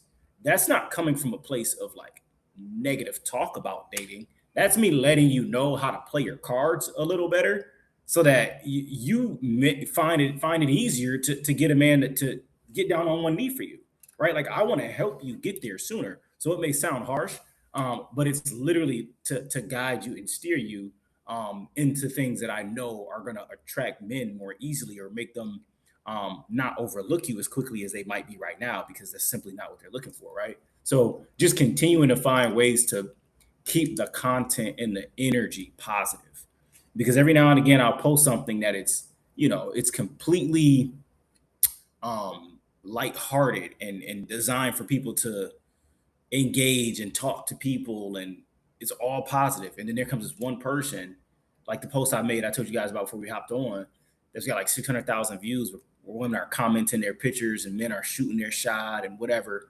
This one guy's gonna comment, dang, some of y'all women fine, but y'all all look old and fat. I'm like, bro, why would you I literally deleted it right away. I'm like, why would you do that? Right? Like the moment you come on my platform with negative energy, if I see it, it's gone. I'm deleting those comments, because don't say anything disrespectful. Don't be rude. Don't be mean. And don't be negative, right? Because at the end of the day, like that's not what this is for. So that's going to be the biggest challenge, is just keeping the negative energy away. But like the platform is for those who genuinely believe that it's possible for them to find what they're looking for. Because it is. I think the more you carry that positive attitude, the better your chances are you're actually going to find it. Totally, man. Yeah, that's the point that I was going to double tap on, is how important that is. And it's great that you're already thinking like that, because the internet itself has just become so overwhelmingly negative. It is crazy. I love going back and watching or seeing the comments of like really old podcasts, let's say, and contrasting it to today. Yeah. It's just insane. The internet used to be, if you didn't like something, you moved on. It's now, I'm going to comment and feel seen through shitting on someone. Yeah. It is crazy. Literally. Now, didn't there used to be wasn't there a dislike button? It might still be a dislike button on Facebook. There's a dislike button on. Instagram still have a thumbs down button? I don't know about Instagram. It may have, but YouTube, I think, still does, but they don't show you the dislikes. Okay. You can use it. Go ahead. Yeah. Well, I was gonna say, because on the mains they have, but they also changed the way that works for the shorts. They have the heart button now, which is different, right? Because it used to be the like button and the dislike, but now it's just I don't watch shorts. I didn't know that. Yeah, man. But yeah, it's you're right. Super wild. Cool. People love to argue, but just trying to keep it lighthearted over here. I love it, man. I think people will gravitate towards that a lot. Yeah, it's because it's missing. Yes. And most platforms are leaning into like the trolling negative energy, the toxic stuff, right? They love the toxic relationship stuff because it's entertaining and maybe relatable, but I'm doing my best to keep that away. No, that's huge, man. That is adding a lot of value. So this is, I love this point here. Keith, sorry to cut you off, but Fauci said, well, the algorithms also don't listen to you when you dislike something, because they know that you love to hate things, right? So like, that's why people don't understand that YouTube, let's say in particular, they're looking for signals of interest, and hating something is one of the strongest signals of interest. So like, case in point, we had some clips go live, Keith, on our Instagram, and then people were like, get this off my feed. It's like, you're seeing this as one of the first people because you love hating this shit. Do you know what I mean? It's like, people don't think about what these tools are actually doing and what it says about them. It's really, really funny. It's a great example. They literally get served it first. Yeah, 100%, because that's what they like. They love to hate. That's like my family's obsessed with Trump, and I don't even live in the country. Like, that's crazy to me. I'm like, we don't even live there, Nana. Like, who cares? Which is obsessed. Crazy. But yeah, so much. Clift, what should people be doing to catch up with everything that you've got going on? What's the number one thing that you want people to tap in on? Yeah, man. I mean, following me on Instagram is going to keep you in the loop of all that I'm putting out, creating, and doing. And the mission is to take Vetted on the road and to travel to most of the major markets in the country, and I have connections in a lot of major cities. So I think it'll be fun and easy. So my personal Instagram, you guys got it up there, Clift Roach. And then the two main event business pages that I run are both tagged in that bio. So networking at night is, our more professional based, just come out, network, have a good time, connect with people in different industries. All those events so far have been in Detroit. But even if you're traveling here, you got family here, you ever on the radar to do something in Detroit, definitely tap in. And the vetted singles is, man, we're going to hit the road. But vetted singles is also going to be doing a lot more just online in general, connecting people around dating. Instagram live interviews, coming up with different ways to, gather the data of what this person says they want in a partner and eventually start matching them up together. So that's a work in progress. We're behind the scenes getting that together right now. So yeah, if you're single, really anywhere, you can lock into vetted singles if you're looking to meet some folks, because I'm telling you, man, the followers are from everywhere, right? There's really no boundary to it. And with technology, and if you got a few dollars in your pocket, man, you can hop on a plane, travel the world. Love could be anywhere for you. So don't limit it to your local city. So yeah, tap into both of those Instagram pages, man, and stay in the loop. Love it, dude. Appreciate you for joining us, man. Yeah, This is thank you so awesome. much, Cliff. This was course, great. man. We appreciate you. Go give him a follow, everyone. Link down below. For sure. Yep. Appreciate you guys for having Appreciate me. you, man. Have a great day. Nope. Take Yep. it easy. Cheers, man. Bye-bye. All right, Keith. Oh, snap in. Here we go.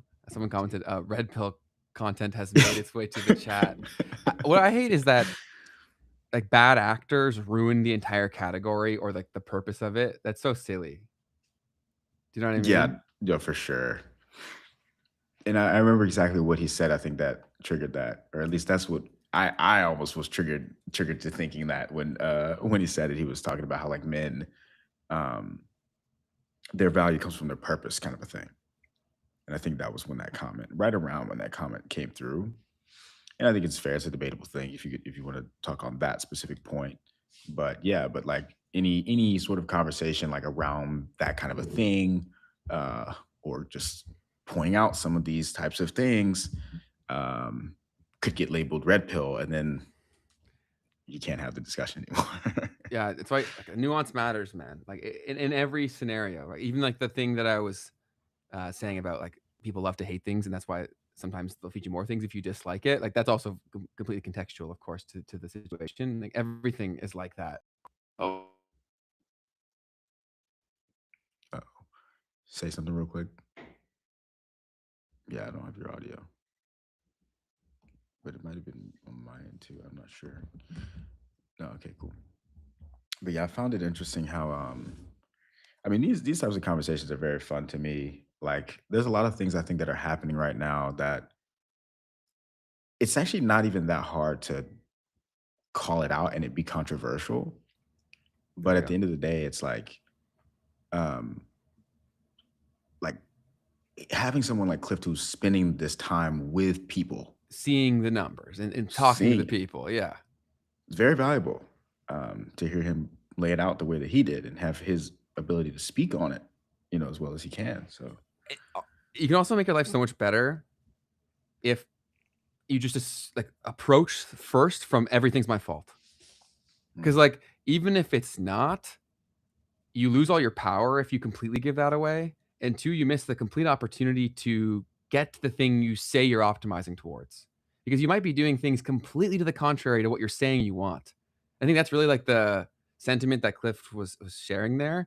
And it's because everyone gets triggered so easily, man. It's insane. Like the second you say anything that they might not be doing perfect to get what they want, they're like, did he just say that? Like it's so silly. Ego is a problem.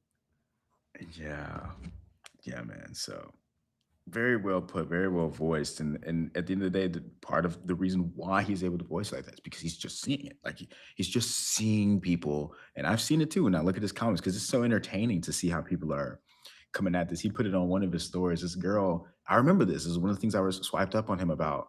This girl was like, I don't know what the post was, but she was like, I got a car, I got a house, and da-da-da. So like, hit me up.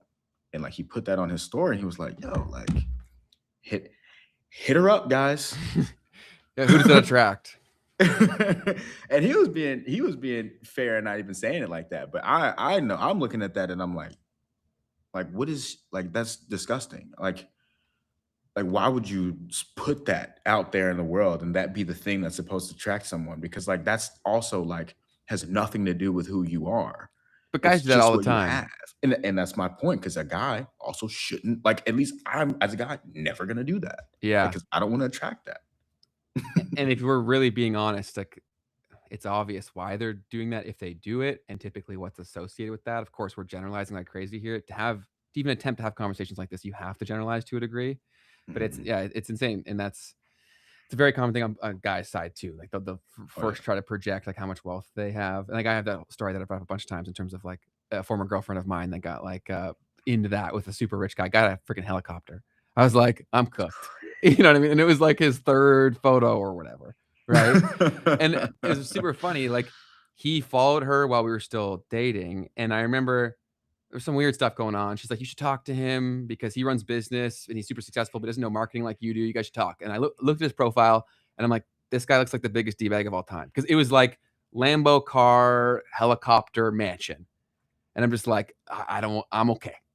So I'm like, I don't want to do it. And then 2 months later, they're dating. I was like, dang, it really be like that. That's insane. Interesting. Crazy, brother. Yeah. When I was living through it, I was like, I wouldn't have believed this was true if it didn't happen to me. I would have probably said, you're full of shit. You're exaggerating. Do you know what I'm saying? 100%. Yeah.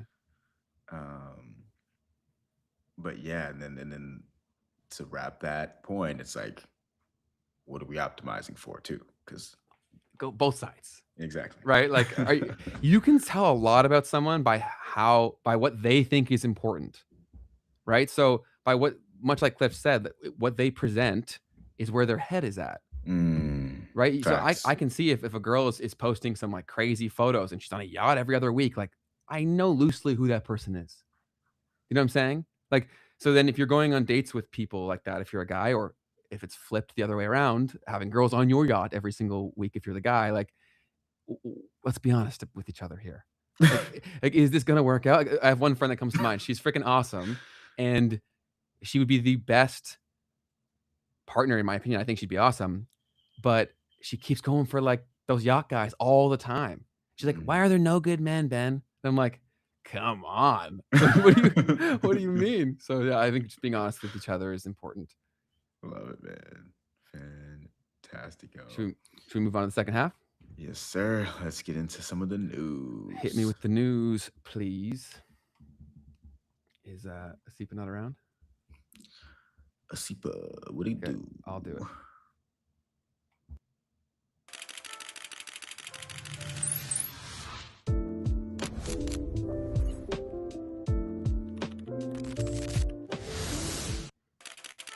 What happened? Twice? What the heck's going on?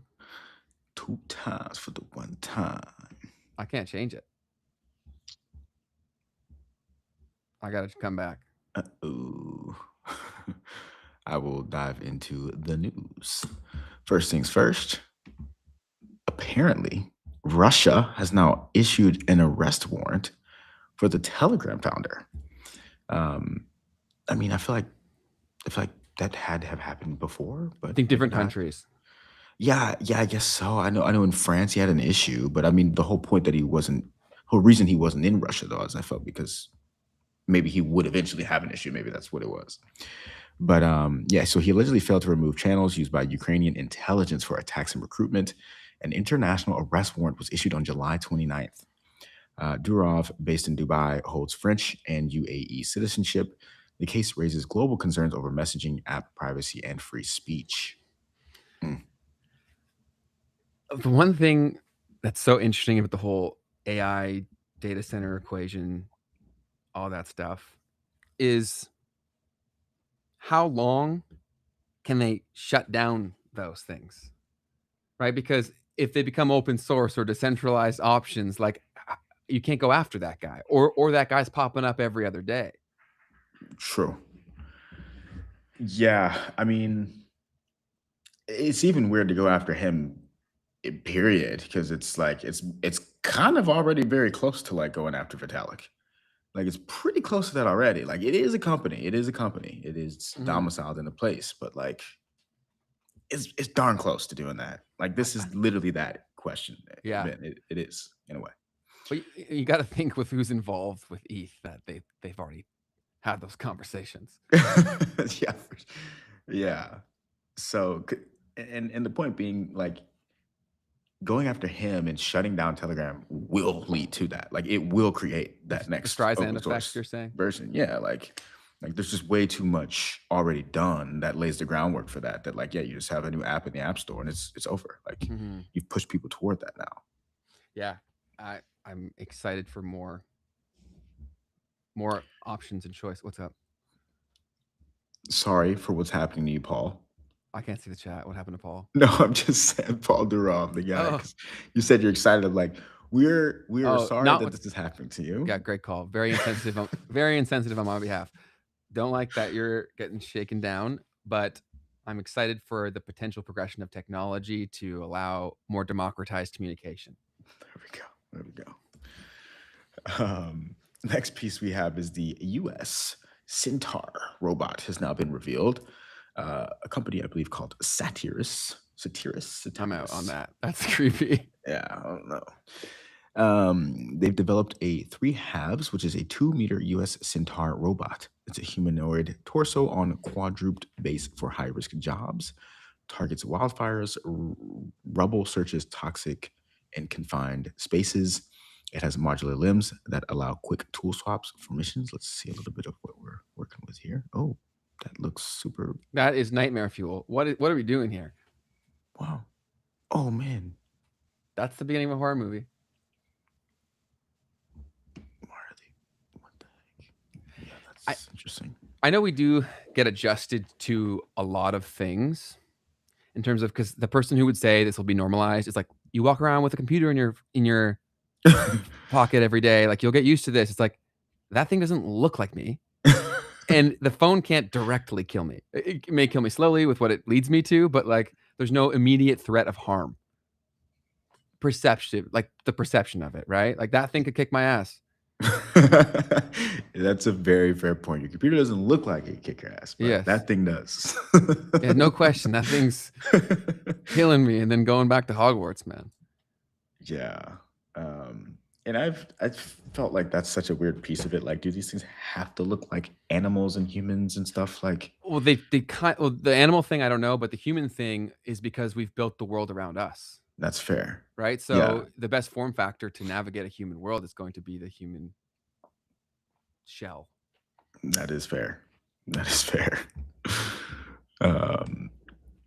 Next piece that I have. Apparently, the US is banning Chinese robots and inverters. So the Trump admin bans new Chinese humanoid robots and the power inverters. The FCC cites national security risks to US AI and critical infrastructure. China dominates the production of these devices used in robotics and energy, and only new models will be affected. Existing ones can still be used and sold. Sounds familiar. Yeah, here we go again, trying to stop it. Yeah, the robotics stuff is definitely creepy. Yeah, all of it's insane. We may have this in the upcoming stories, but Anthropic's now doing a push to basically, they're doing the whole M&M effect, where they're saying all of the reasons why you would maybe not want AI before you can say it in a new campaign, basically. So that'll be interesting. But the robotics are where I think people will start to like. That's what I feel would induce riots. Interesting. Because it's just so unnatural, right? And it's like, why do immigrants get unfairly like shit on? It's because they're in their face, right? Like you have to deal with it, so dumb people will believe that that's the root of their problem because that's different, right? How is any this physical thing in my environment now is here? Yeah. It's so radically different from anything I've ever seen before. Like that's the problem. The robot that can walk on 4 legs. You know what I mean? Like I think that would. Yeah, unless they've really taken care of people financially, I feel like that could lead to some crazy stuff. That's an interesting thought for sure. Like, if people just wanted to fuck something up that day, like, Go for the robot. Like, And then how is that program to deal with that? Does it fight back? Yo, And then are we in the Terminator? that would be messed up right there. But yeah, man. Because you could say like the vandalism card, because it'll probably have a camera, so you could. But then people will just like they'll just wear masks and like go out and do it, you know. So I don't know. Yeah. Digital ID or something in your body. Well, they'll know it's you before they don't even need it. Scary times. But I think they're over their skis a little bit, man. All this crazy stuff. I feel like it will reach a point. What's up? Yeah, and then I can't see the chat. Oh, okay. Kimberly said, You can pop because it up, those. Yeah, I'm unfortunately not properly logged in. Oh, you're good. You're good. I see. Can you throw up the comment that Keith's referring to? Yeah, Kimberly is pointing out because these robots are just spying. And I think that's a really good point for the banning of the Chinese robots, because that's very true. Like you can say it for all of the electronic devices, which they're trying to unravel all of that, right? Yeah. But so if you let the robots in, you undo that piece for sure. I feel like that ship has already sailed in a lot of ways. Like, and in the loophole that they always get around is that the surveillance is by different parties. Do you know what I mean? So like whoever's not allowed to do it won't technically do it. It'll come in through a backwards channel. So they're still able to get the same data. I don't get it. So basically, like, let's say your country has some sort of law where they can't spy on you. Okay. They'll have an agreement with the intelligence agency of, let's say, Sweden or whatever. They can't. And then they talk. Yeah, and they buy the data from them or whatever. Yeah. Type deal. Totally. Cause yeah, man, cause with the robot, there's two things. It's the physical problem. Like if you just permeated American society with Chinese robots, like you would literally have like sleeper agents that are walking around that can just do anything at some point. Yeah. And then the intelligence piece of it as well. If it's like recording stuff, yeah, I could totally be sending it back. Yeah, I don't think this whole like feud between the States and China is like what we're told that it is. I think they're way more coordinated than they ever like will let us believe. So I think their robot is our robot is their robot. Like realistically, probably. The other thing that made me think about too is like IoT and like security of IoT would probably start to get really important too. Dude, very weird connection. My third ever internship, I probably brought this up on the show before, but it was like I was working for a private network of CEOs in Canada. And so we'd have events.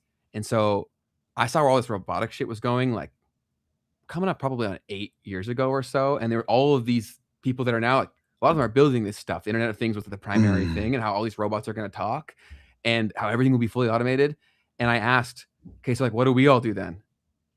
They hadn't even thought about it. They looked at me like I asked a crazy question. And that was like a very real glimpse of how different the human experience is when you're that sheltered from normalcy.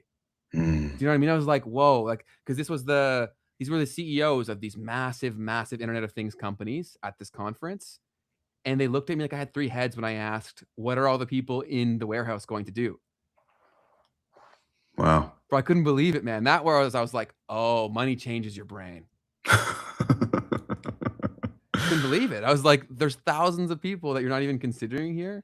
Right. So yeah, I think the money piece has to be figured out. Super interesting, dude. And then let's see. And then Kimberly said, did you hear about YouTube app and the iPhones getting hacked and people seeing someone pop up on the screen watching them sleep? What? No, that's horrifying if true. No, Phosphate. We're talking about robots instead, because we're seeing some news that the U.S. is banning Chinese robots in the U.S.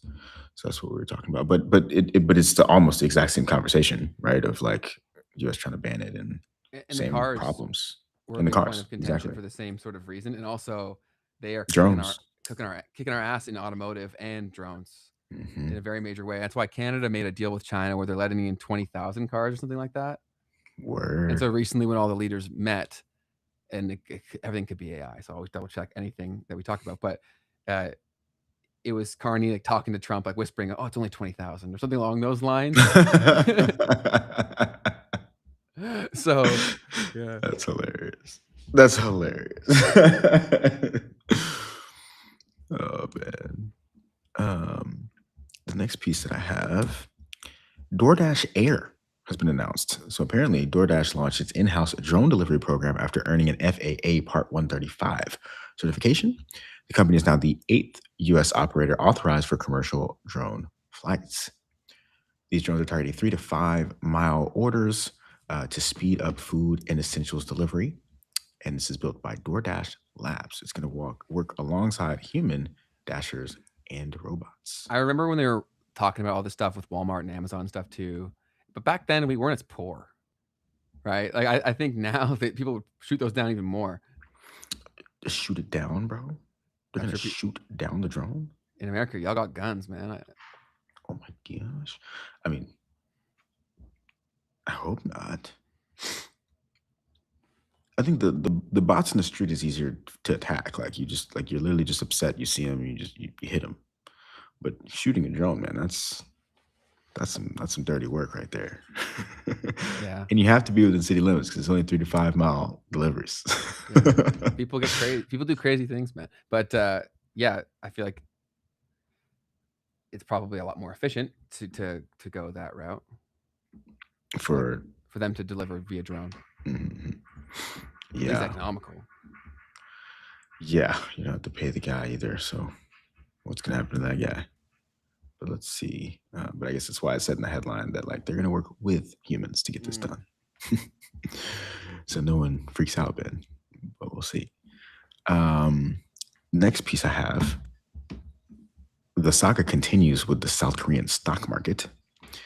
Apparently, their market has plunged 44% in the last 40 days alone, erasing $2 trillion in value. It's mostly an AI-driven phenomenon. You had SK Hynix and Samsung that prior had created a 135% rally. And then now you got this massive pullback. So this is showing a few different things in the South Korean stock market. One is the extreme concentration into these semiconductor and AI-based sort of companies, and the amount of leverage as well that is in all of these stocks. The finance ministry apparently launched an emergency measure to stabilize the market, and U.S. memory stocks have also fallen in parallel with some of this. So something to keep an eye on. I saw something that like anyone above the age of 35, it was like 5% of, I don't know, it was something crazy. Like 5% of people over 35, I think is what it was, had been liquidated in this event. It's been fascinating to read, and fascinating and tragic to read the stories of people who have been wiped out by this financially, and what got them to start the chasing, how much leverage they took on for this, and how horrific the outcome now is. And with our economies being so interconnected, these kinds of things do have ripple effects to every other market too. So it's just so insane waking up every day understanding, only the ones that I loosely understand, of how many bubbles exist out there. Again, most of them are tied back to the AI bet, but like there's so many independent ones that are propped up around that. Yep. Yeah, if I get making that short, that'll be the angle. Is that this is which one pops the whole thing? Yeah. And what is the moment? Like I sent you a message yesterday, Keith, where because like you and I always, and anybody in crypto is always like, they think there'll just be this moment, and then a lot of other people are like, oh, there can't be a moment for money. Like we can't just switch things over like that. It's got to be like a rollout process. But then I think back to COVID, and like that was kind of just a day where like everybody's life's changed in a moment, and we all just had to adapt. Please don't use that analogy, please. What? Let's not do that again. No. I'm just saying like that dramatic, that fast. No, for sure. I mean, that's when I thought it was happening, to be fair. What do you, fair. Like I thought this was it. Like I was we're going CBDC. Like this is the end of it. This is where they do that. Yeah. I'm sure it's probably the prelude, right? Because we couldn't have gotten to this place of where people would want it if that didn't happen. Totally. You got to see what the pain looks like. Yeah. You got to create the pain to pitch the solution. So, Yeah, we'll see. Remember earlier this year they started floating some more of that, disease going around and But stuff. all these things are fantastic sales pitches for Bitcoin, though. In what way? What makes you say it? Well, I think the reason why Bitcoin could absolutely win from this is just because of who are the people that are bought in on Bitcoin, right? So even if it's not the best use of technology, it probably has the most diverse group of people that are credible that would say do this, Mm. right? So like there's at this point within the Bitcoin ecosystem, there's like someone who can see themselves in one of the figureheads that is a smart person. Almost no other ecosystem can even come close to touching that. Mm. Like who talks about ETH? Right? Like, Weirdos. yeah, degens, like for the most part. Are they going to be? Would they ever have a chance of convincing my grandpa? 0% shot. But I hear other guys, a lot of guys talk about Bitcoin. Like let's say even Jordy Visser, let's say like that guy could probably convince my dad. Love it. But all the other ETH people, nothing. Or I don't know, like pick whatever. They wouldn't listen. So I think that's one thing that they really have going for them. That even if it's not the superior technology, that could result in that outcome. That's a very good point. Because Bitcoin has gotten to the point to where not even just the mining right pool is so diverse to some degree.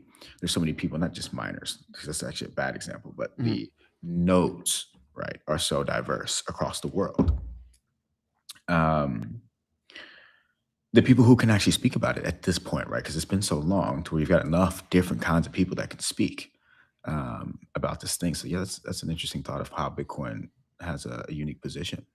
Very fortunate one, because if money is perception, then you need the people that could have a chance of shifting perception. And I do think the pain is reaching a threshold where people will soon start listening to things they would have never otherwise listened to. It's been happening gradually. Like I use my family as kind of like a finger on the pulse of where things are going, right? Like what are the questions that they ask me and how receptive are they to what I actually say? It's usually a pretty good litmus test for like, how much are they serious about what's going on? Like how much do they feel the pain? How much do they actually care? How much do they see how fucked up things are? And it's starting to get more and more every time. And these are people where they're really old. Like, so the fact that they're starting to ask these questions, I'm like, we can't be that far. Fascinating. Of course, it's biased man. because I like this shit. Don't get me wrong. But like, I used to talk about this shit 7 years ago and they didn't care at all. They're like, shut up, you're crazy. Facts. Right. Yeah, man. So Brand One asked a question. He said, Ben and Keith, are you moving away from XRP and more towards BTC? Well, for Ben, I was never there. Ben was never there.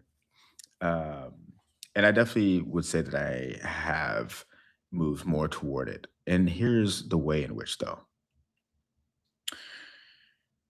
I've realized that the way that I look at crypto from the beginnings of it that I saw it was my lens was always, what are the powers that be going to say about this? Like, what is their response going to be? And so I immediately was looking for that thing. And XRP and Ripple kind of filled that need for me. It's like, okay, this is probably what that is. And so from that point forward, it's like, now that a decade, basically a decade has passed, what I can say, and after talking with Age of Abundance, Ricky Zhang, he really helped me to like fully see this. I feel like I've spent a lot of my, and we all have to some degree, a lot of our lives looking at like forces that, like those things are kind of real to some degree. Like there's forces that push things in certain directions, but I think I've spent a lot of my time giving them a lot more credit than I probably should. Totally, dude. So And that's kind of where it comes from.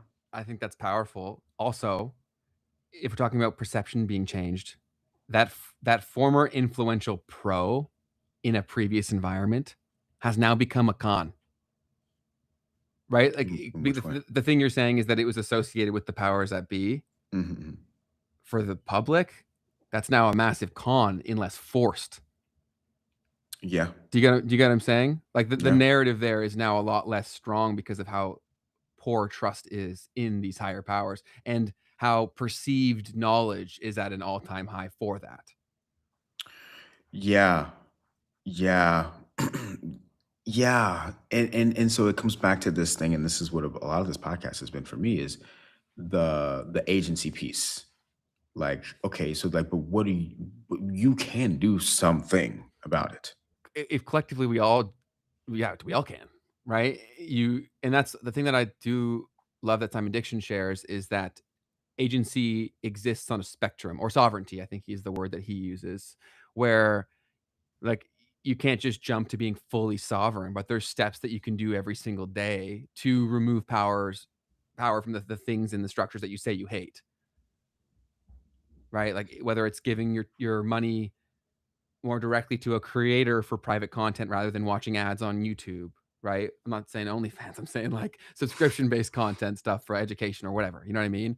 Or whether it's self-custodying Bitcoin, a certain percentage every single month, right? Like there's little steps that you can do to become a lot more sovereign, and that creates more stress on the existing system that's already propped up on a lot of crap, right? So how much pressure can it withstand?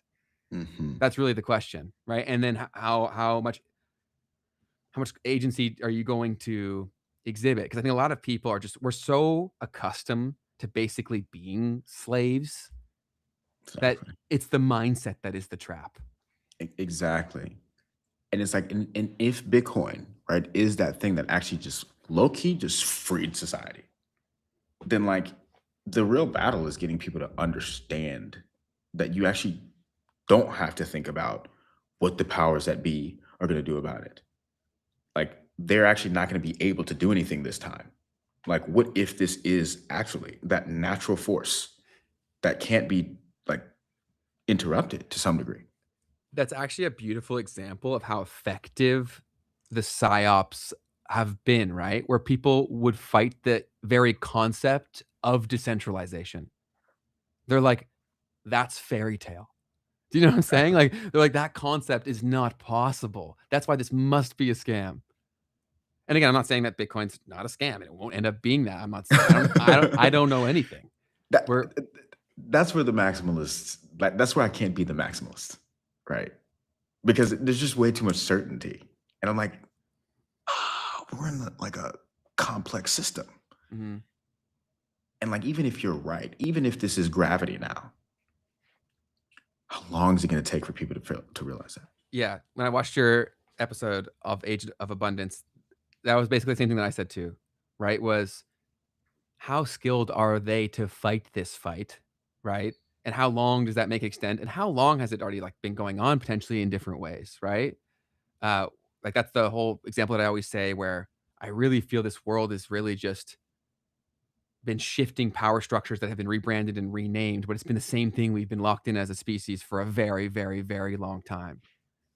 And so I'm sure this fight has been happening over and over and over again throughout history.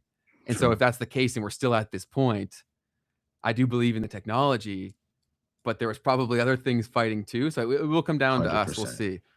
Yeah, yeah. It's like, yeah, it's tough because it's like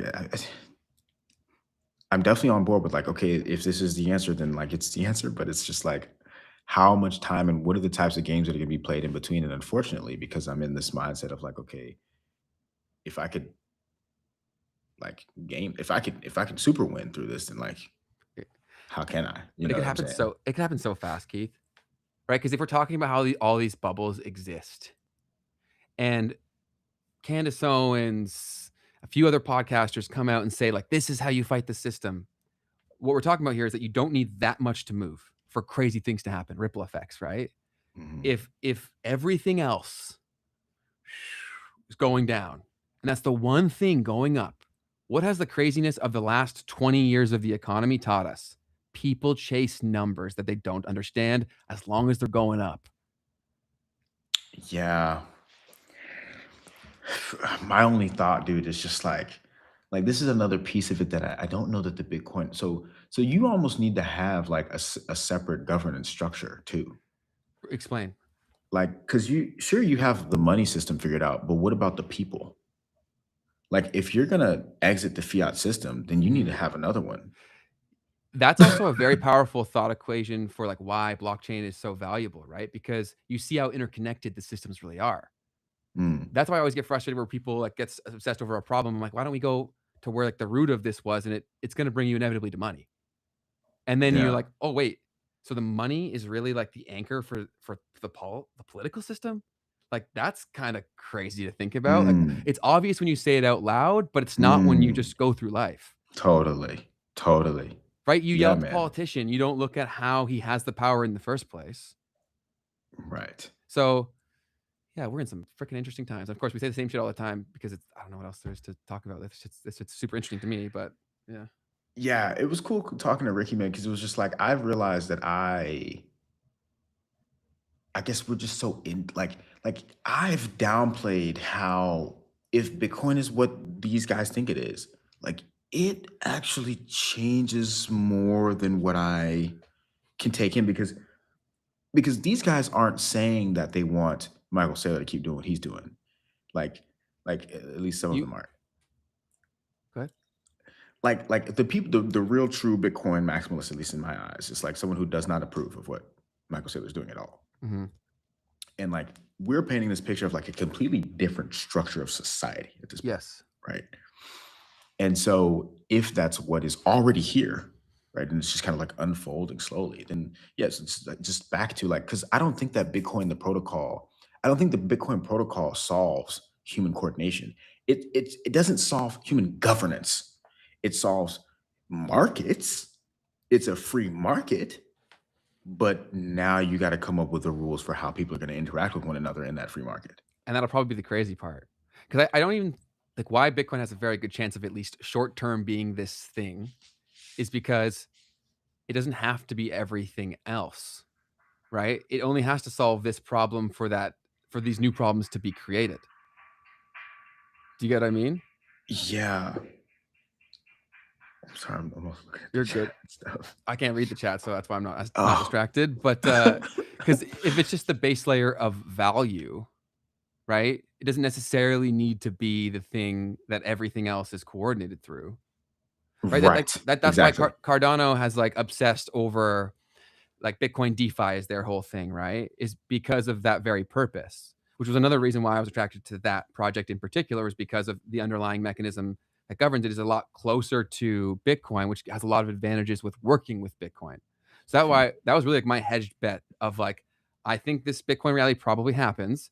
And if it does, this altcoin is the most likely to really benefit from that. Hmm. So yeah, I think that could, I think there's lots of scenarios that could take play. Phew. Yeah. Man, if Bitcoin is the thing, guys, we got a lot of work to do to prevent there being all out pandemonium. Because that's the other thing, right?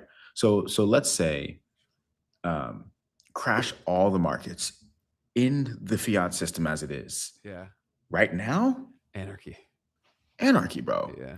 And so people are gonna be But begging for a way out of it. Yeah, but we also say that we were very complicit with COVID.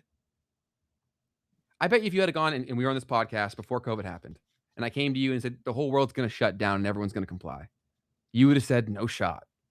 In America, they're going to do that. We got guns, is what you would have said, right? Correct.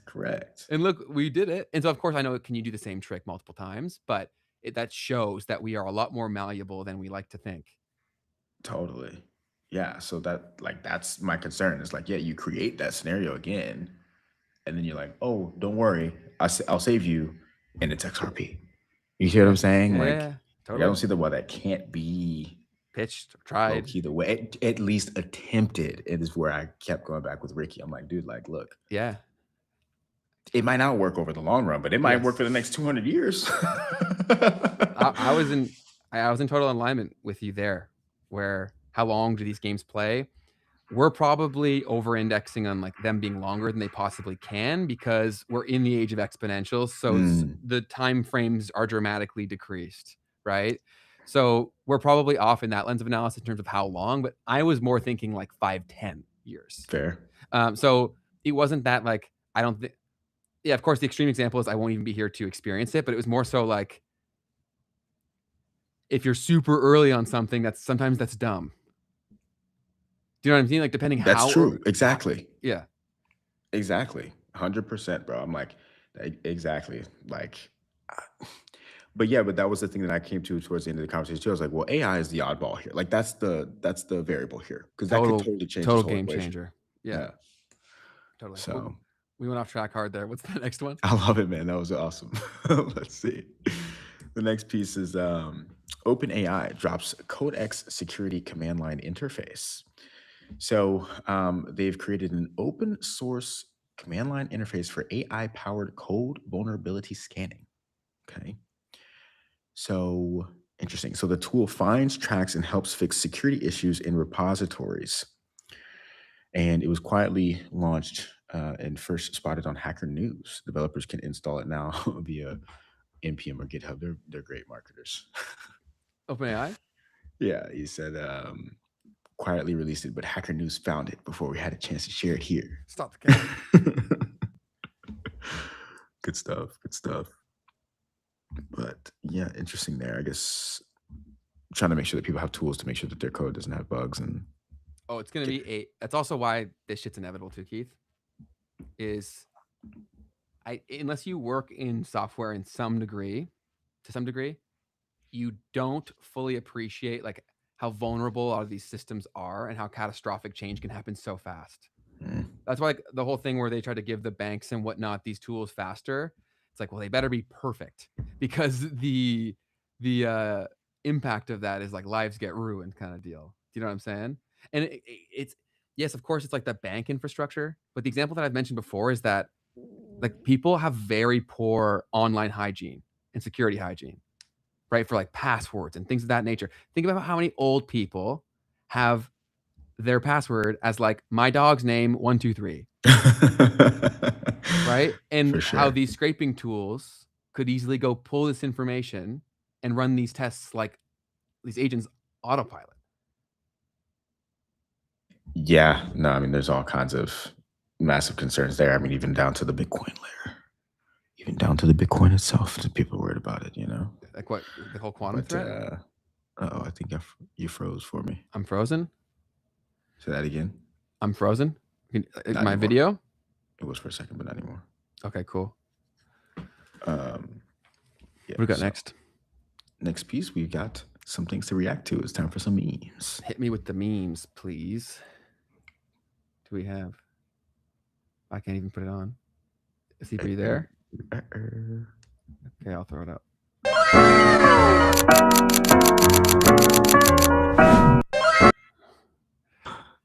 Oh no. This stuff is glitching out, man. Glitchy day. I'll join back in. We'll see you soon.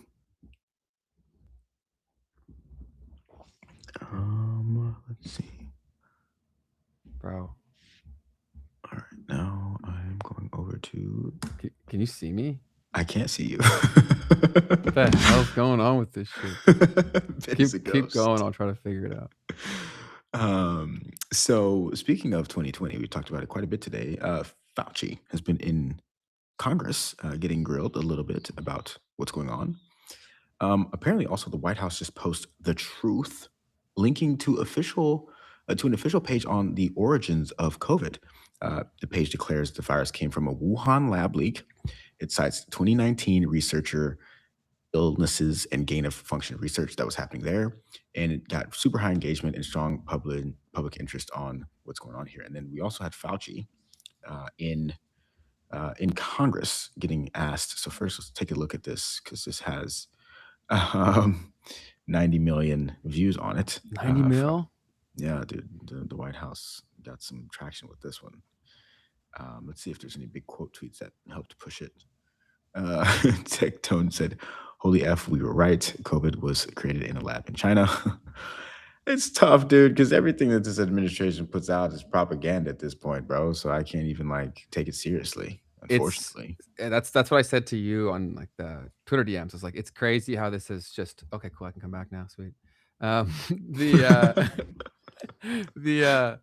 Yeah, it's like it is kind of crazy how this thing took place, and there's a lot of evidence that seems like that was the case. But when people lie so much, how do you listen or take it seriously? Jeez, dude. So That's so frustrating.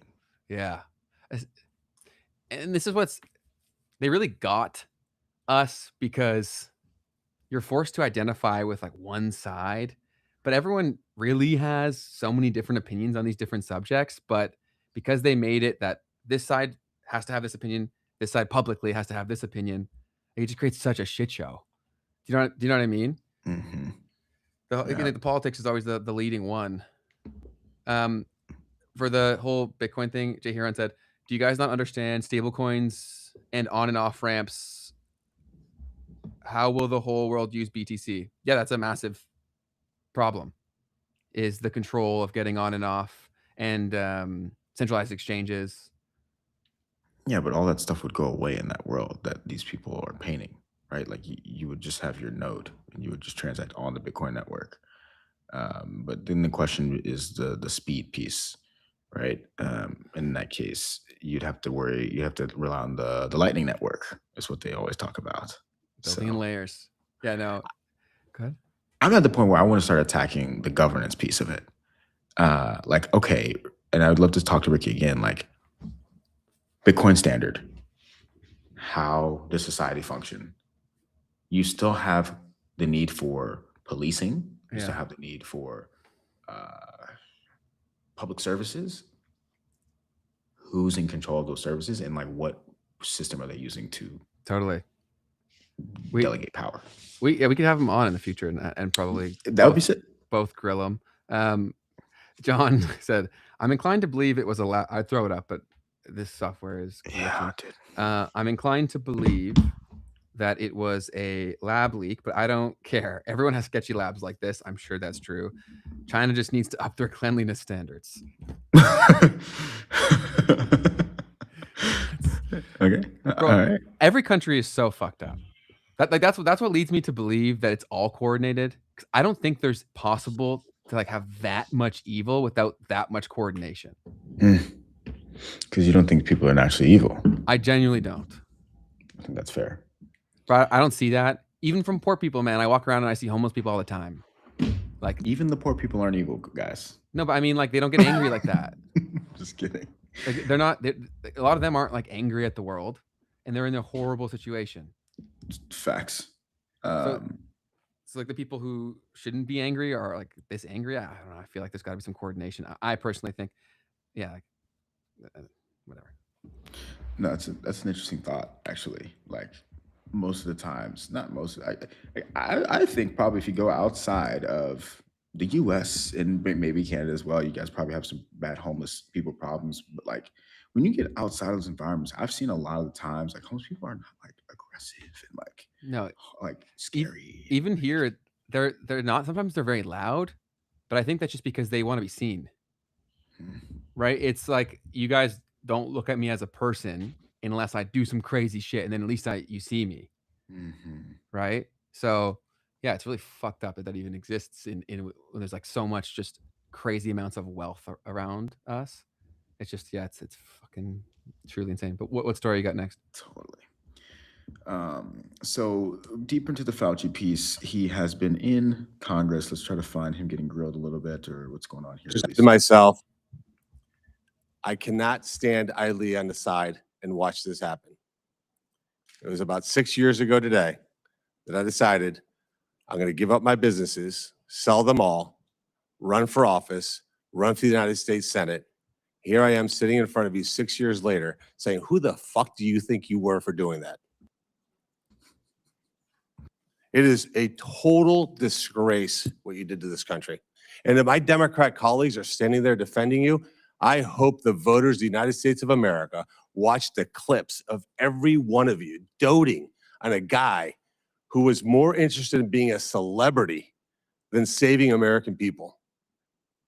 I will make it my mission to make certain that every single one of those Democrats who did that will see that clip over and over and over again.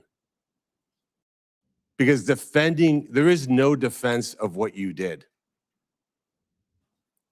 You may have had a 50-plus year legacy of public service, but it ends in total and complete disgrace. So let me ask you an opportunity to answer one question. Will you? Sorry, this is perfect lead up to the question. Yeah. Now that we're friends.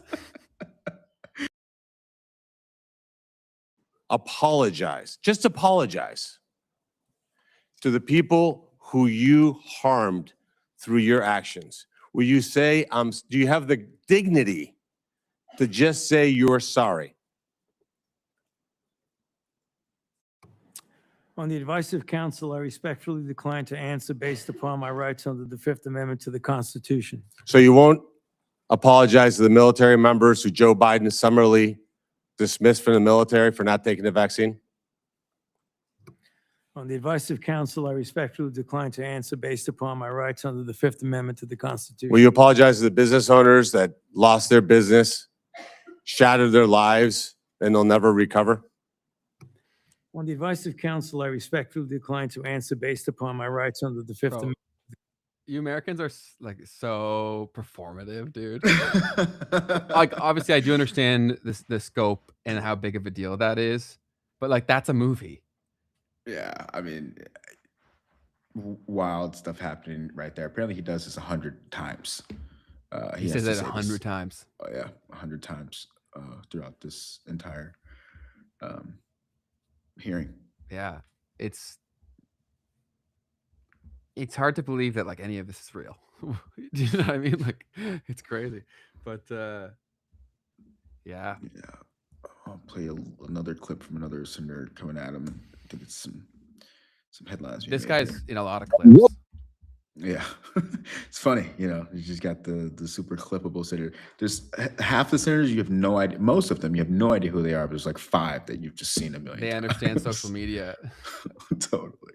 What were these individuals doing in the depth of the pandemic in November of 2020, when millions of Americans were suffering from COVID? What were they doing? I tell you what they're doing. Folkers was on your behalf soliciting and gathering information for a cash award. Let's look at it. We've got his email right here, right over my shoulder. Volker says, I'm working on this nomination for the Dan David Award for Fauci. We need to beef up the COVID part. Do you have language in the can that you could share that delineates how we responded in new ways to COVID? He sends this to multiple federal employees. What was the Dan David Award? Do you remember, Doc? On the advice of counsel, I respectfully decline to answer based upon my rights under the Fifth Amendment to the Constitution. It was a $900,000 cash award. $900,000 cash award. And he got it because he used federal employees to get it. And this wasn't the only award, was it, Dr. Fauci? In fact, you applied for and received at least 8 other federal cash prizes on federal time using federal employees and federal resources. Here they are over my shoulder. Besides the Dan David Award, you've got the Partnership for Public Service, you've got the Adelson Prize, you've got the Smithsonian Award, you've got the National Academy of Medicine's Award, you've got the CDC Foundation. In fact, you turned your staff into a full-time application machine. You actually wrote to people and said, do you think maybe I'd qualify? And you got cash for all of this. And it wasn't just 1 or 2 employees, was it? In fact, you used 8 separate federal employees on federal time. Interesting there, man. Doesn't sound like the right use of federal employees. But yeah, dude. He's already so rich. And that was the thing I was thinking too. I'm like, what amount of money is worth this? Like, why would you want money if this is what you're going to have to deal with? Yeah, I don't know what else can show you that the current structure of the world is messed up. There's a lot of evil energy and control of things where like that's still a risk that you're willing to take on given your current financial situation. Crazy, man. I think it's if you can't relate to that, that's probably a healthy sign. Yeah, man. Because it's like they're people, but we're not the same. You know what I'm saying? Like, you see them, and it's like I know that we're both humans, but that experience is not one that I could perceive a world where I could relate to it. Totally, man. But again, I don't know. I've not lived through what any of them have lived through, so who And the knows? crazy part too is that dude's been pardoned. So no matter, I don't even know why That's what someone else said. Yeah, like you might as well just say it. But I guess there's so many other things that could. I don't know. He's been pardoned, so I don't know. Just spill the beans, bro. Yeah, that's a pretty good point here too. We didn't. Sorry. Chad said, "No, you're good. You're good. This is my fault." Chad said, "Sorry guys, we can't throw it up again. Text problem." But Chad said, "These guys all pushed COVID narratives and the vax. Fauci is now the scapegoat. So obvious." That's another thing too, is that it feels like all of these people are just different levels of puppets, and the second you need to be disposed of, you are. Right? You're useful until you're not. I think a lot of them probably think that they're bigger than the machine until they get thrown out of it. Right? I think that's like the ultimate con, is you convince someone that they are bigger than it. Because then they'll move through it feeling untouchable. And if you've read a lot of the Epstein emails, you could definitely tell there was a sense of that, where I am untouchable until you're not. And then you get thrown. Sorry, go to the next one. Yeah, I was thinking about that because I was talking to somebody who like basically was close to some of the people in the Trump world. And like pro Trump or yeah, like in it. Oh, wow, like okay.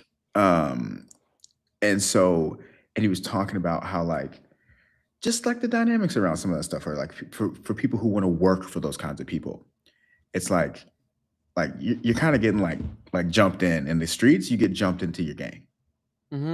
You know, but like in this, it was kind of like, it just, let me say, it felt like it was like, okay, you need to like pledge your allegiance now. And like, if you're doing that, like you're kind of like crossing the chasm. Like there's no like going back. You're sacrificing your soul. Yeah.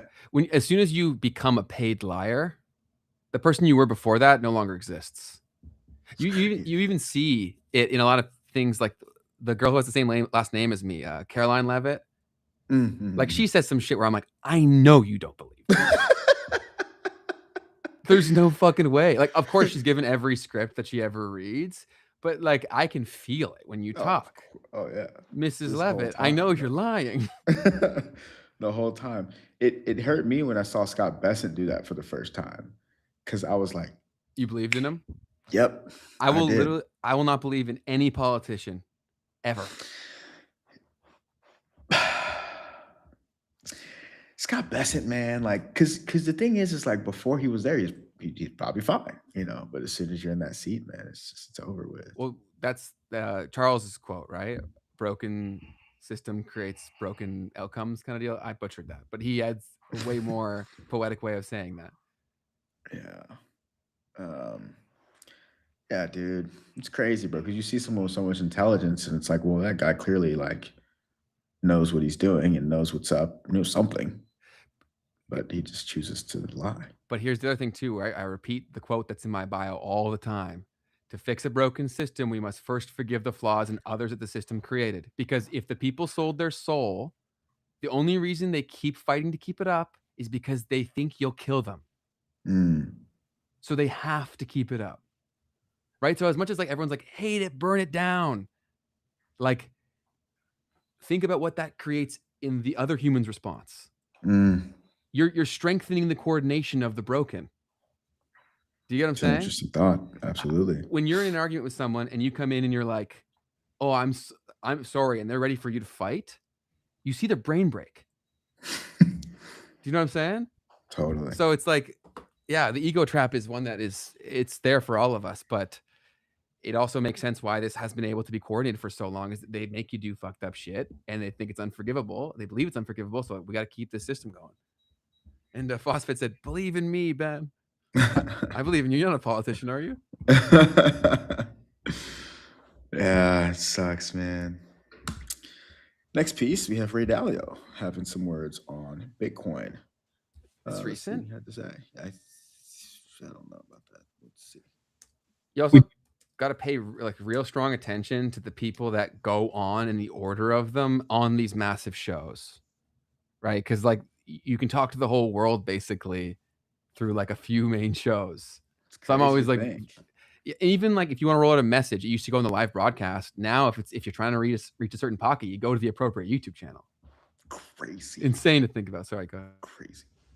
Mention this thing here actually, so I probably should talk about it because people are talking about it a lot right now, which is Bitcoin or Bitcoin. What's your perspective on Bitcoin? I know the market in Bitcoin is down at the moment. I have about 1% of my portfolio in Bitcoin because there's different kinds of money. And the money that you can't print, that's one kind. This is the other kind of money that you can't print. Gold. Yeah. You cannot crack it with technology. You can hold it, you own it. There's a saying that it's the only financial asset that is not somebody else's liability. Somebody has to give you something for it. It has that. So in my category of wanting, let's say, make sure that I have some hard money, which for most people should be between 5 and 15% of their portfolio, I prefer that. I'm pointing to the gold bars here rather than the Bitcoin. Is it still, in your view, a gold-like asset? Yes, it's a type of money that can't be printed, but there are technologies that can hurt it. In other words, if there's quantum computing and it can be monitored by governments and so on, it could be taxed. And digital currencies are somewhat similar. But you don't like Bitcoin as much as gold because of privacy reasons as well. And when the governments say, I don't want it, they have the power, therefore, to do whatever they want with it. And central banks will not own any significant amount of that because of the reason I said. They want their transactions to be private and in their control. Think about how different it would be for Russia. Okay, they confiscated these kind of other assets. They didn't get these. Gold. Okay, gold. And so what you're seeing, even particularly in this time of conflict, is that there's a sense that if I'm holding this, others won't get it. I'd love to hear your thoughts, Keith. I think it's pretty compelling. Pretty compelling thoughts. Yeah, he's definitely got some valid arguments, but I think a lot of that is also dependent on there not being like the strength of numbers for any of like the outcomes, right? Because he's doing the same thing we were doing previously, where he's saying like the powers that be are untouchable. Exactly. It's that question, and what does it take for that to be proven incorrect? And also the thing that he said, where it's again like they make it illegal or whatever. It's like they do that. They can do that with gold too. No, and if go ahead. It's harder to shut down, but yeah, you could. You'd have to be there physically. It's kind of like the guns conversation. It's like, can you really take the guns away? You'd have to take the guns away.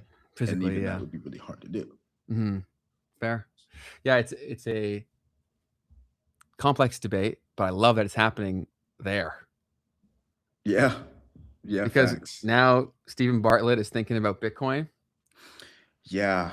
And it's so funny that I've been in this for so long and still haven't had like those conversations. But I think it speaks to the Bitcoiners too, because I've spoken with a lot of Bitcoiners. They're very elitist. And it's very elitist. And unfortunately, it's like these questions were not answered well that I had. Maybe they didn't have the answer for you at the time. Well, and they didn't. And it's the same thing I was saying the other day about like the communism versus capitalism debate. It's like, well, it doesn't work very well if neither of the parties coming to the conversation are actually very educated, because then you're just going to stay on your side of the talking at each other, thing. Yeah. which is what social media is. Oh, totally. So now it's like that deeper question of, okay, can governments actually stop this, and in what ways? And will people actually be okay with that? Will they put up with that? Will they accept that? Okay, but who's building quantum, right? Google, let's say. Yeah, let's say that. What is the control of all their employees and the smartest people in the world tied to? Why do the smartest people in there go in every day? US dollar. Correct.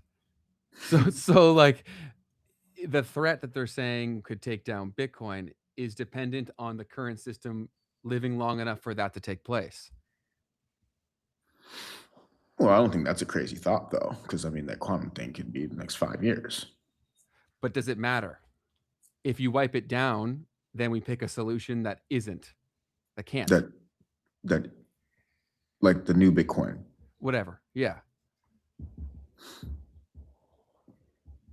Well, I mean, it matters that it's not Bitcoin then, but you would have to, but the Bitcoiners would say, well, you just fork it, right? Or like the Bit 110 you guys are bringing up in the chat. I don't even know what that's about, so I actually don't know. But I know loosely. I'm sure basically they don't want any one side doesn't want junk on the chain, like in terms of like NFTs, extra things. Gotcha. Yeah. Gotcha. So yeah, so you fork the chain to make the new chain quantum resistant, which you have to have the tech to do that too. Like you do still have to have a way to have a quantum untouchable Bitcoin. And maybe some people are saying that already happens. It'll be cool to talk to Jeff Booth again now that I'm where I'm at now, because then it'll be totally different types of questions. But I definitely never fully understood the response to the quantum thing from him. But yeah, so my thing is I've always looked at the one thing that to me shows how governments and central banks are coming together to have a way to shut all that ish down if they want to and implement their own system on top of what is it? Bitcoin. It's an operating system that exists on top of all of the financial systems. It's coming out of the Bank for International Settlements. They've released papers about it, all that. Totally. So it's like, go ahead. You're good. Go. Well, I was just saying, like, so for me, like seeing that, I'm always thinking like, if that's where things get, that's where they'll go. But then the question now is, will that actually work?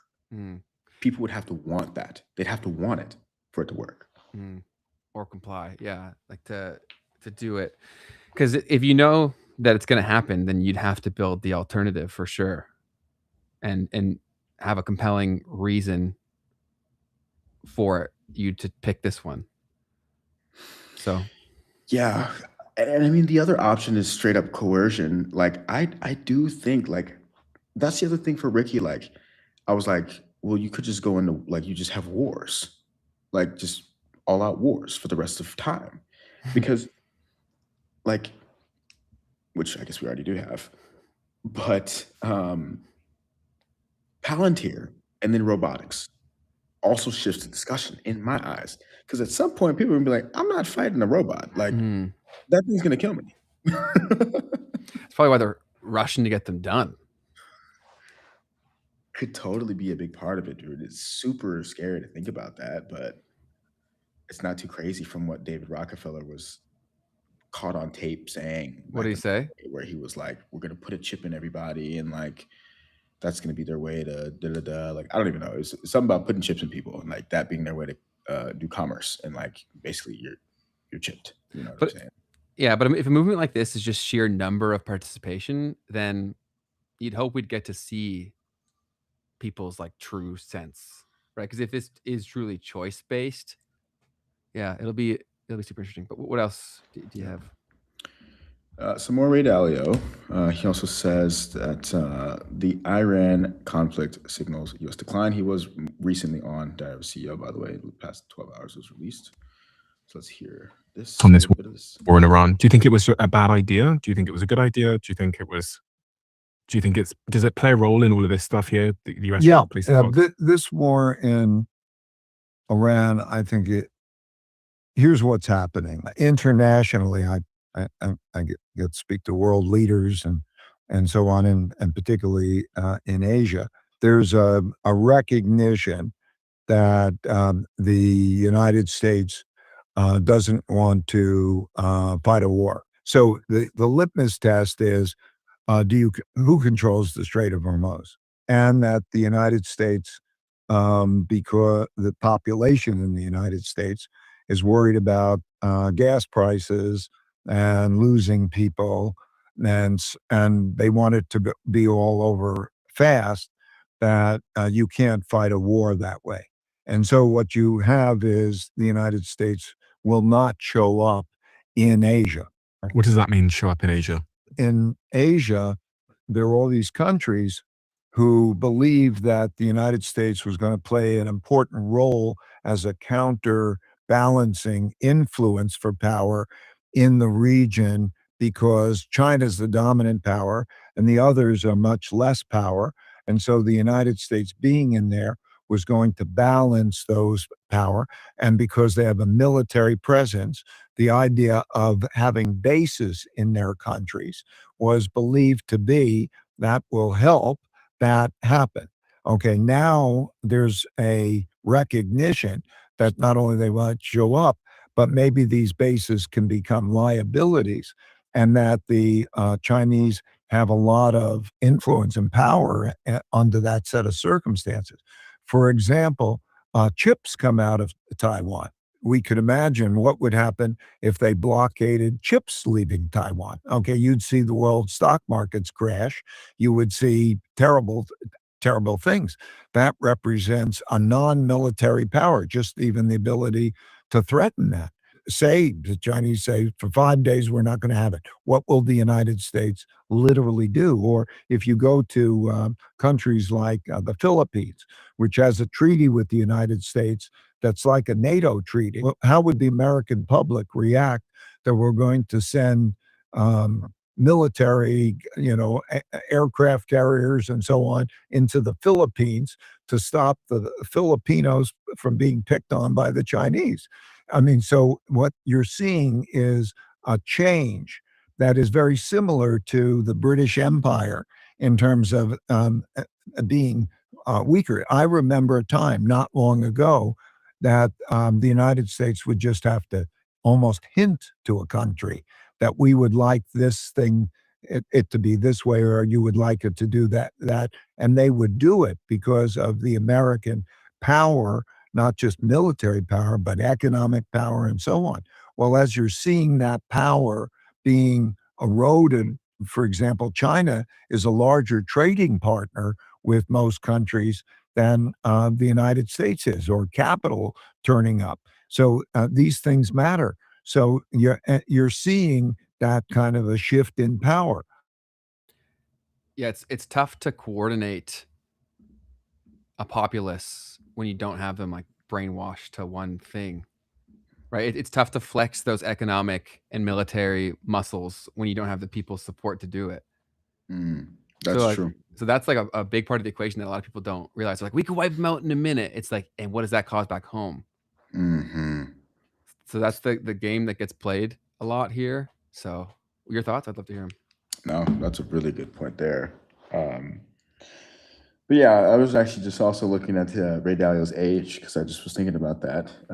He's been talking for quite some time. He's getting up there, man. He's 76 years old now, net worth of 15.4 billion, and some extra perspective on where he's coming from. Yeah, so 1% of that much money in Bitcoin. Wow, there you go, guys. So, but anyways, yeah, I mean that's a good point. It's happening. It's playing out in a lot of ways where. Gold, for instance, China buying all this gold, dumping U.S. Treasuries, their gold surpassing how much U.S. Treasuries that they hold. Like that's a pretty big deal. That's not like we don't like each other kind of thing. That's like no, I'm positioning myself differently now. So how can you not? Yeah. Next piece that we have here is Lummis. Senator Lummis, she is one of these pro-crypto senators. She's blasting the Democrats for blocking the Clarity Act after 11 months of GOP concessions. Let's hear what she had to say about it. This is a very good bill. Good for the country, good for consumers, and good for the people we all represent on both sides of this aisle. It's good. And after 11 months of giving nearly everything that was asked of us, I am genuinely struggling to understand what else my colleagues across the aisle think it needs before we act. When I was elected to the Senate in 2020, I knew I wanted to work on digital asset legislation because Wyoming's legislature was already years ahead. Yeah, so I mean, there's probably a point to that. I haven't been watching it super closely, but it definitely feels like whatever the crypto side is, they've been making concessions. Yeah, the concessions had been made. But the optics now with the strong association that is really hard to argue between Trump himself and the crypto industry and anything associated with it is that you also have to remember who these people are representing. Like they understand the level of comprehension of their voting, like who votes for them. You know what I'm saying? So like it'd be tough to support this from an optics standpoint, even if it's the right thing to do. Super true. And that also shows the broken reality of what a politician is, right? Like the fact that yeah. All right on. This next piece, Attention Inc. Just launched, and they draw some privacy backlash as they do it. Aiden Guo launches a company which is an AI desktop tool that records users' daily computer activity and workflows. Yeah, I do remember seeing this. So let's try to tap it a little bit. So I won't play it. Every morning, a billion people. Yeah, I won't play it, but a billion people produce the most valuable data asset in the world. So basically, he creates this tool that allows you to monitor your screen and like take those tasks that you do and then automate it. Yeah. So the funny response that I saw was Ju Woon said, acquisition by the FBI in 6 months. I'm calling it. This is the Big Brother software of the century. No kidding. So, yeah, it's pretty spot on. Yeah, Go ahead. I was gonna say, what are we not willing to sacrifice for efficiency? Yeah, that one would be a little creepy for a man. But it's crazy though, because like we're at this point where these types of tools are being built, and they're being built every other day. And I feel like we've already hit the threshold. I mean, even with ChatGPT, I was talking to somebody the other day, like, I don't use ChatGPT, like purely just because I don't trust them or any AI tool. And I'm like, oh snap. So we're really already at the point where people have reached their ceiling of how much they're willing to use these technologies. Yet these technologies keep getting better and better. Yeah. And so there's people that like the permanent underclass thing, right? Like to an extent, like that probably will be happening or is happening. Yeah, it's the world's being split into two camps, right? Or I guess a few more. But the people who see the business efficacy of these tools are a lot more obsessed with them than if you're a general user. The overwhelming sentiment hating it is way stronger than the marginal benefit and improvement to your life. So but that's just a branding problem. So this technology is not going away. The companies that are currently the faces of it might, but the public doesn't even understand the distinction. Right? Like let's say even Peter Diamandis, former guest on the show, like his podcast is an AI podcast, right?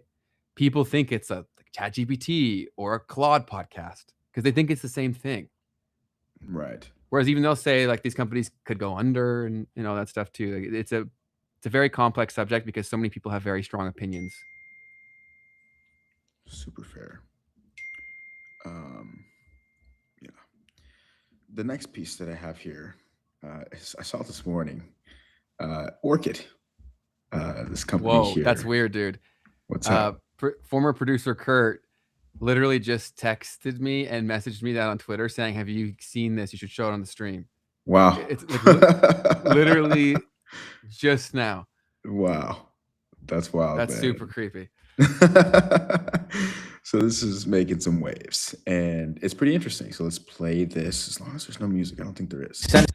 Big day. Oh, there is. Oh, there's music. Oh, it's really good. So I'll walk you through it.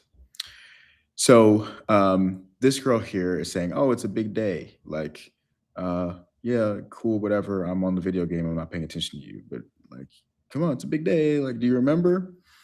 And then she texts Orchid, which is this AI assistant. And she says, so he forgot. Orchid says, yeah, that's kind of crazy. And she was like, can you fix it? And he was like, the Orchid said, I'm way ahead of you. If this works, he owes me dinner too, blah, blah, blah. Okay, cool. So anyways, fast forward. Dude's going about his day. He doesn't understand what's going on, right? And then Orchid's talking to him, blah, blah, blah. And then he's like, yo, Sam, how's the cereal? Because it's your anniversary and you're eating cereal. So they have an anniversary and he didn't remember. But Orchid knows that he didn't remember because she told him, his girlfriend told him. He was like, wait, what? No way. And then Orchid, this is bad. I need your help. Please fix this. And then it tells him, oh, your table's booked for Loop at 8 p.m. No other discussion needed, right? Flowers. And then not roses. She says roses are what guilty men buy, blah, blah, blah. And she's like, lilies, those are her favorite. How'd you know that? Because you told me this back in March, says Orchid. You weren't listening yourself. Cool. So anyways, fast forward, they go on this date. And basically he, right, thinks that this was all his own doing, right? Whereas really Orchid was the one that orchestrated this. So she's like, how's he doing? To Orchid. Orchid's like, he thinks he planned it himself. He's very proud. This is so dystopian, bro. Because I don't think people are that concerned about the flowers. They're concerned about the person remembering to get flowers. Right. I mean, like that's a very this girl is like, for instance, she's very egotistical. It's a very toxic relationship. That was a great breakdown, though. That's a good way to avoid the copyright. Is a narration by Keith. Yeah, guys, just narrating the situation. That's well done.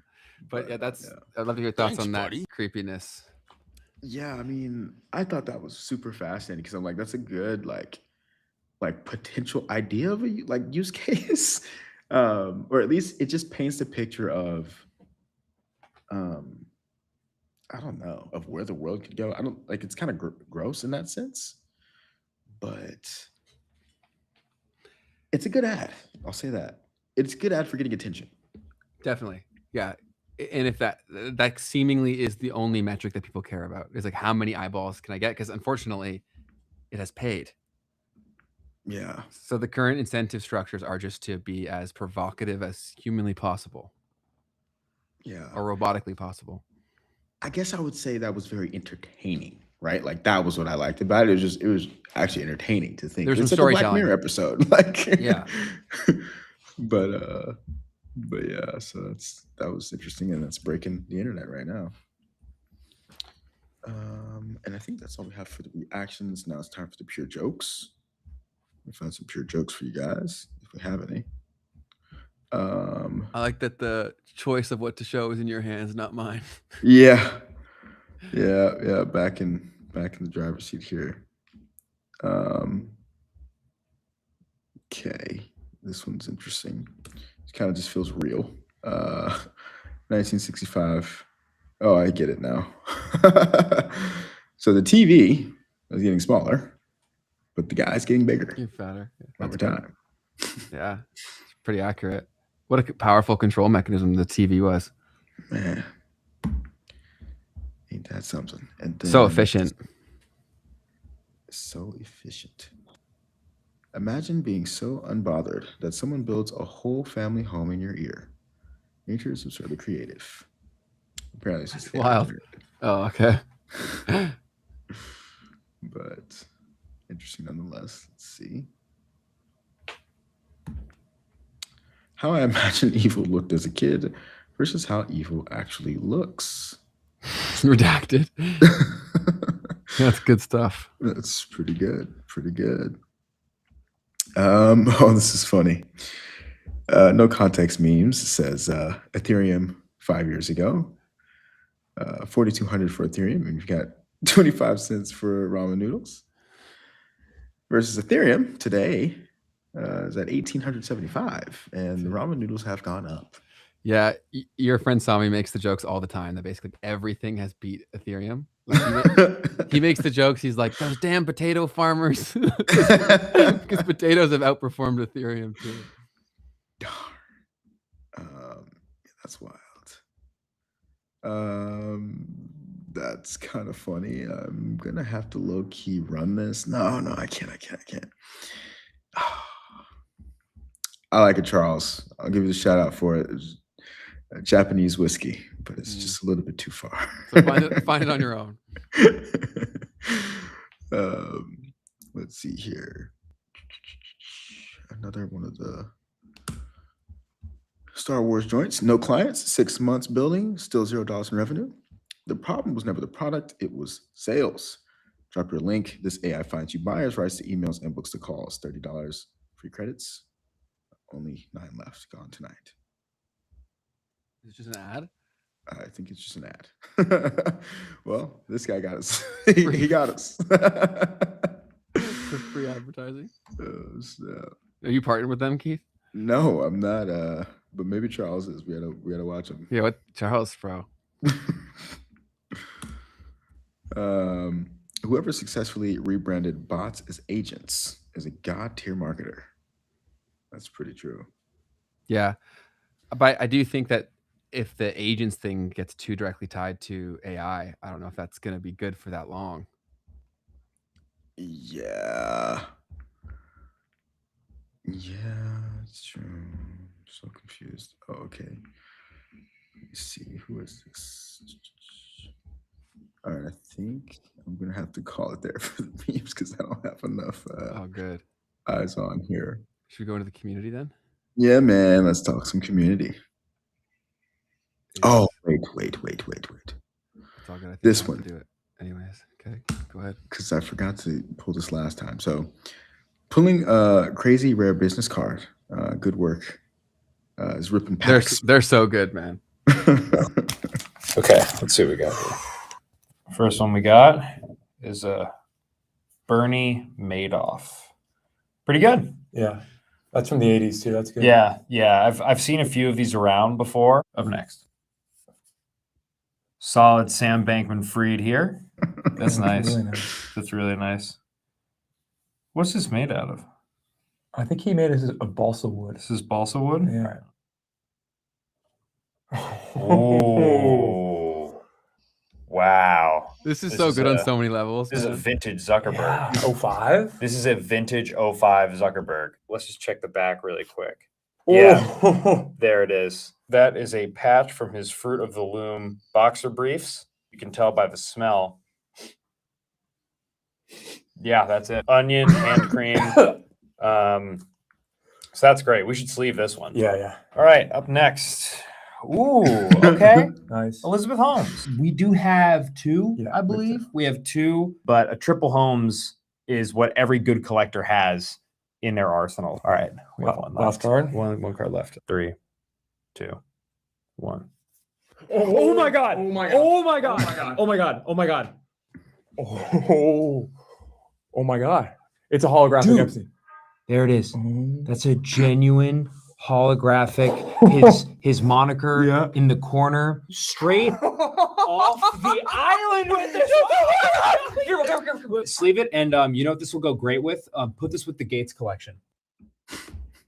That is clever. Very well done. Good work. No one really touches them in terms of that kind of content.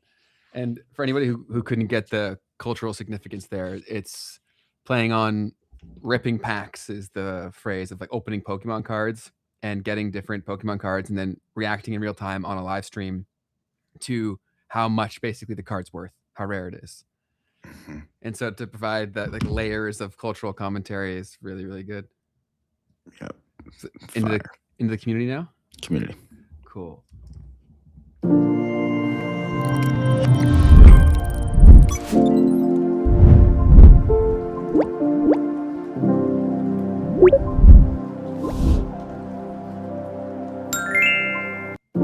Don't loop. Come on. Fuck. Okay, I gotta join back again. Yeah, I don't see anything. What up, chat? It's just me. Ben will be back soon. So earlier this week, we chatted with MK Andy, breaking down some of the gambling content, also some of his personal journey as a content creator, and it's really good spot that we had, and really didn't get too many comments, I guess. Over time, I'm sure it will. Yeah. Can you zoom in? Oh yeah. Self-Reliance OS hit the replay this week. Missed it for a triple waterfall hike with my lady. Appreciated the chat. Thanks, guys. Totally fair. Self-Reliance, you've been on a nature yeah tip these days. What's going on, man? Self-Reliance out there adventuring it. You love to see it, and of course we love the replay peeps. So obviously we love and prefer having you here live, but we understand that hikes happen. So we appreciate you checking in.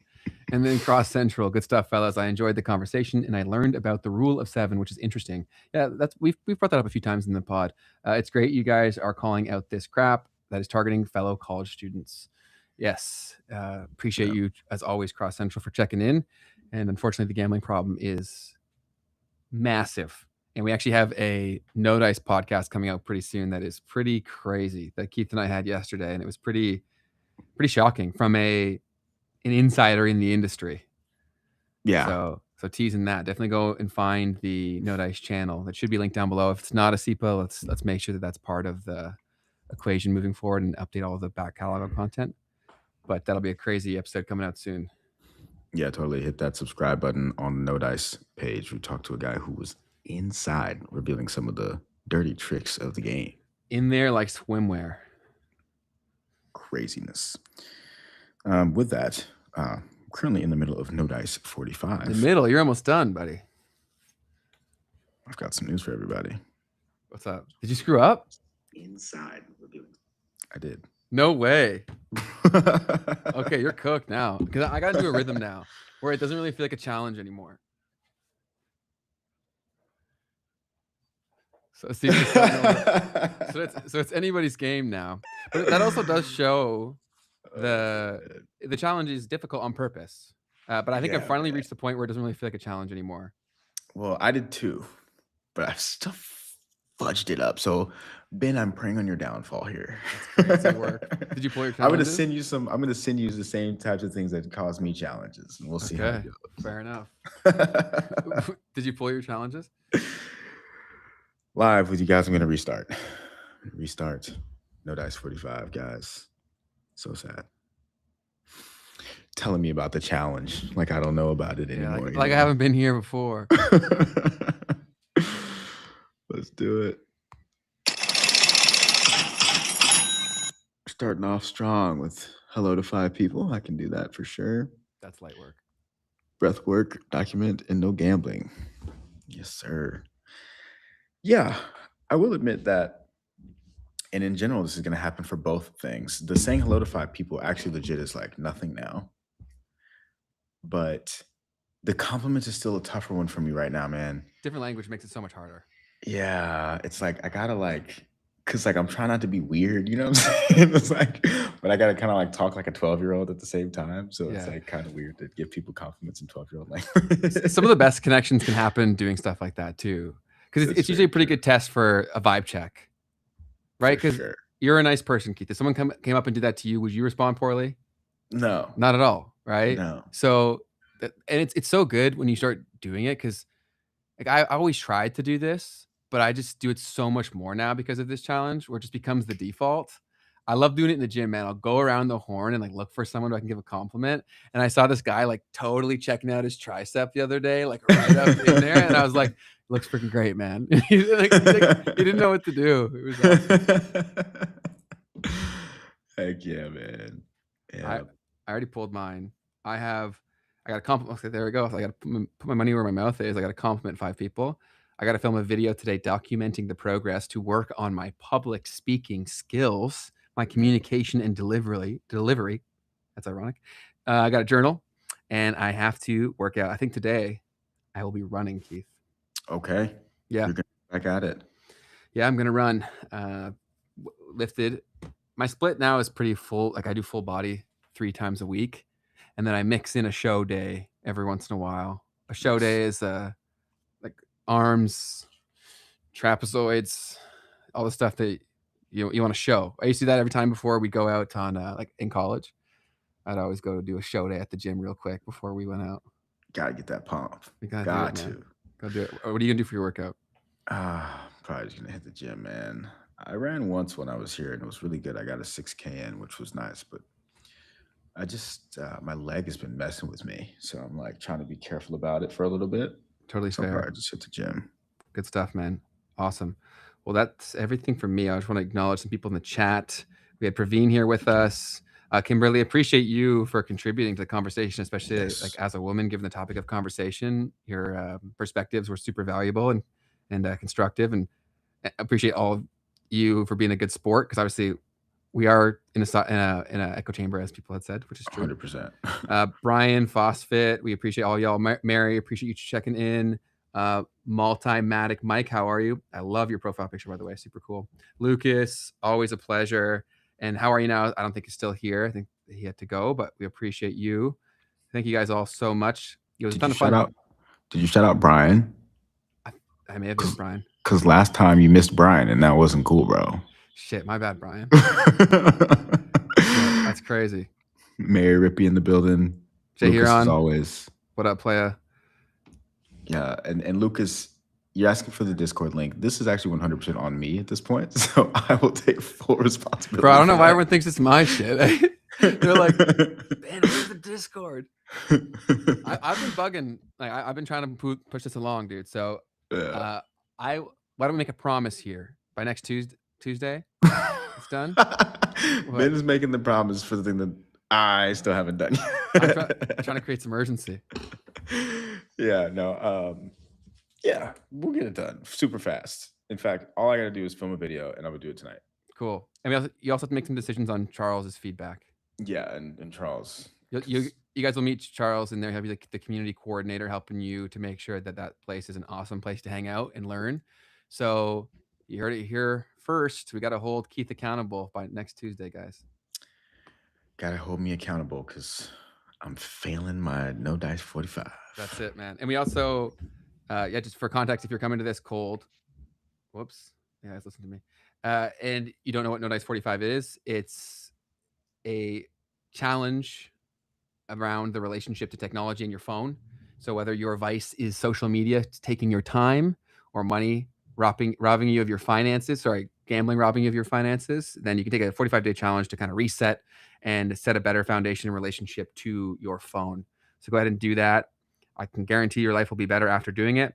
And if you want to dip your toes in and don't want to jump right into the challenge, you can go and take some free courses on the app that are exclusively on there. If you scan the little thing on your screen right here, you can go over and download the app. We're on Apple and Android. And then if you go in completely for free, you can access exclusive courses that Keith D has created on Personal Finance 101, and then also kind of exposing the psychology of gambling too. So you can learn completely for free. And after you've tried out the app, if you feel so inclined to give us a rating, that would be much appreciated. Super, super appreciated. Yeah, guys, check out the app. It's a great place to just start working on your relationship with your phone at the very minimum. And if you have anyone that you're thinking about that might have things with their phone, like your kid or something like that, you might want to think about, hey, like this app can help you to monitor at the very minimum the type of activities that your kids are doing on your phone. Mm-hmm. And so that's another great way to use the No Dice app. And yeah, so check it out. So basically how it works is that you can set up an accountability partner to get notified if you break the blocking that you've set to do.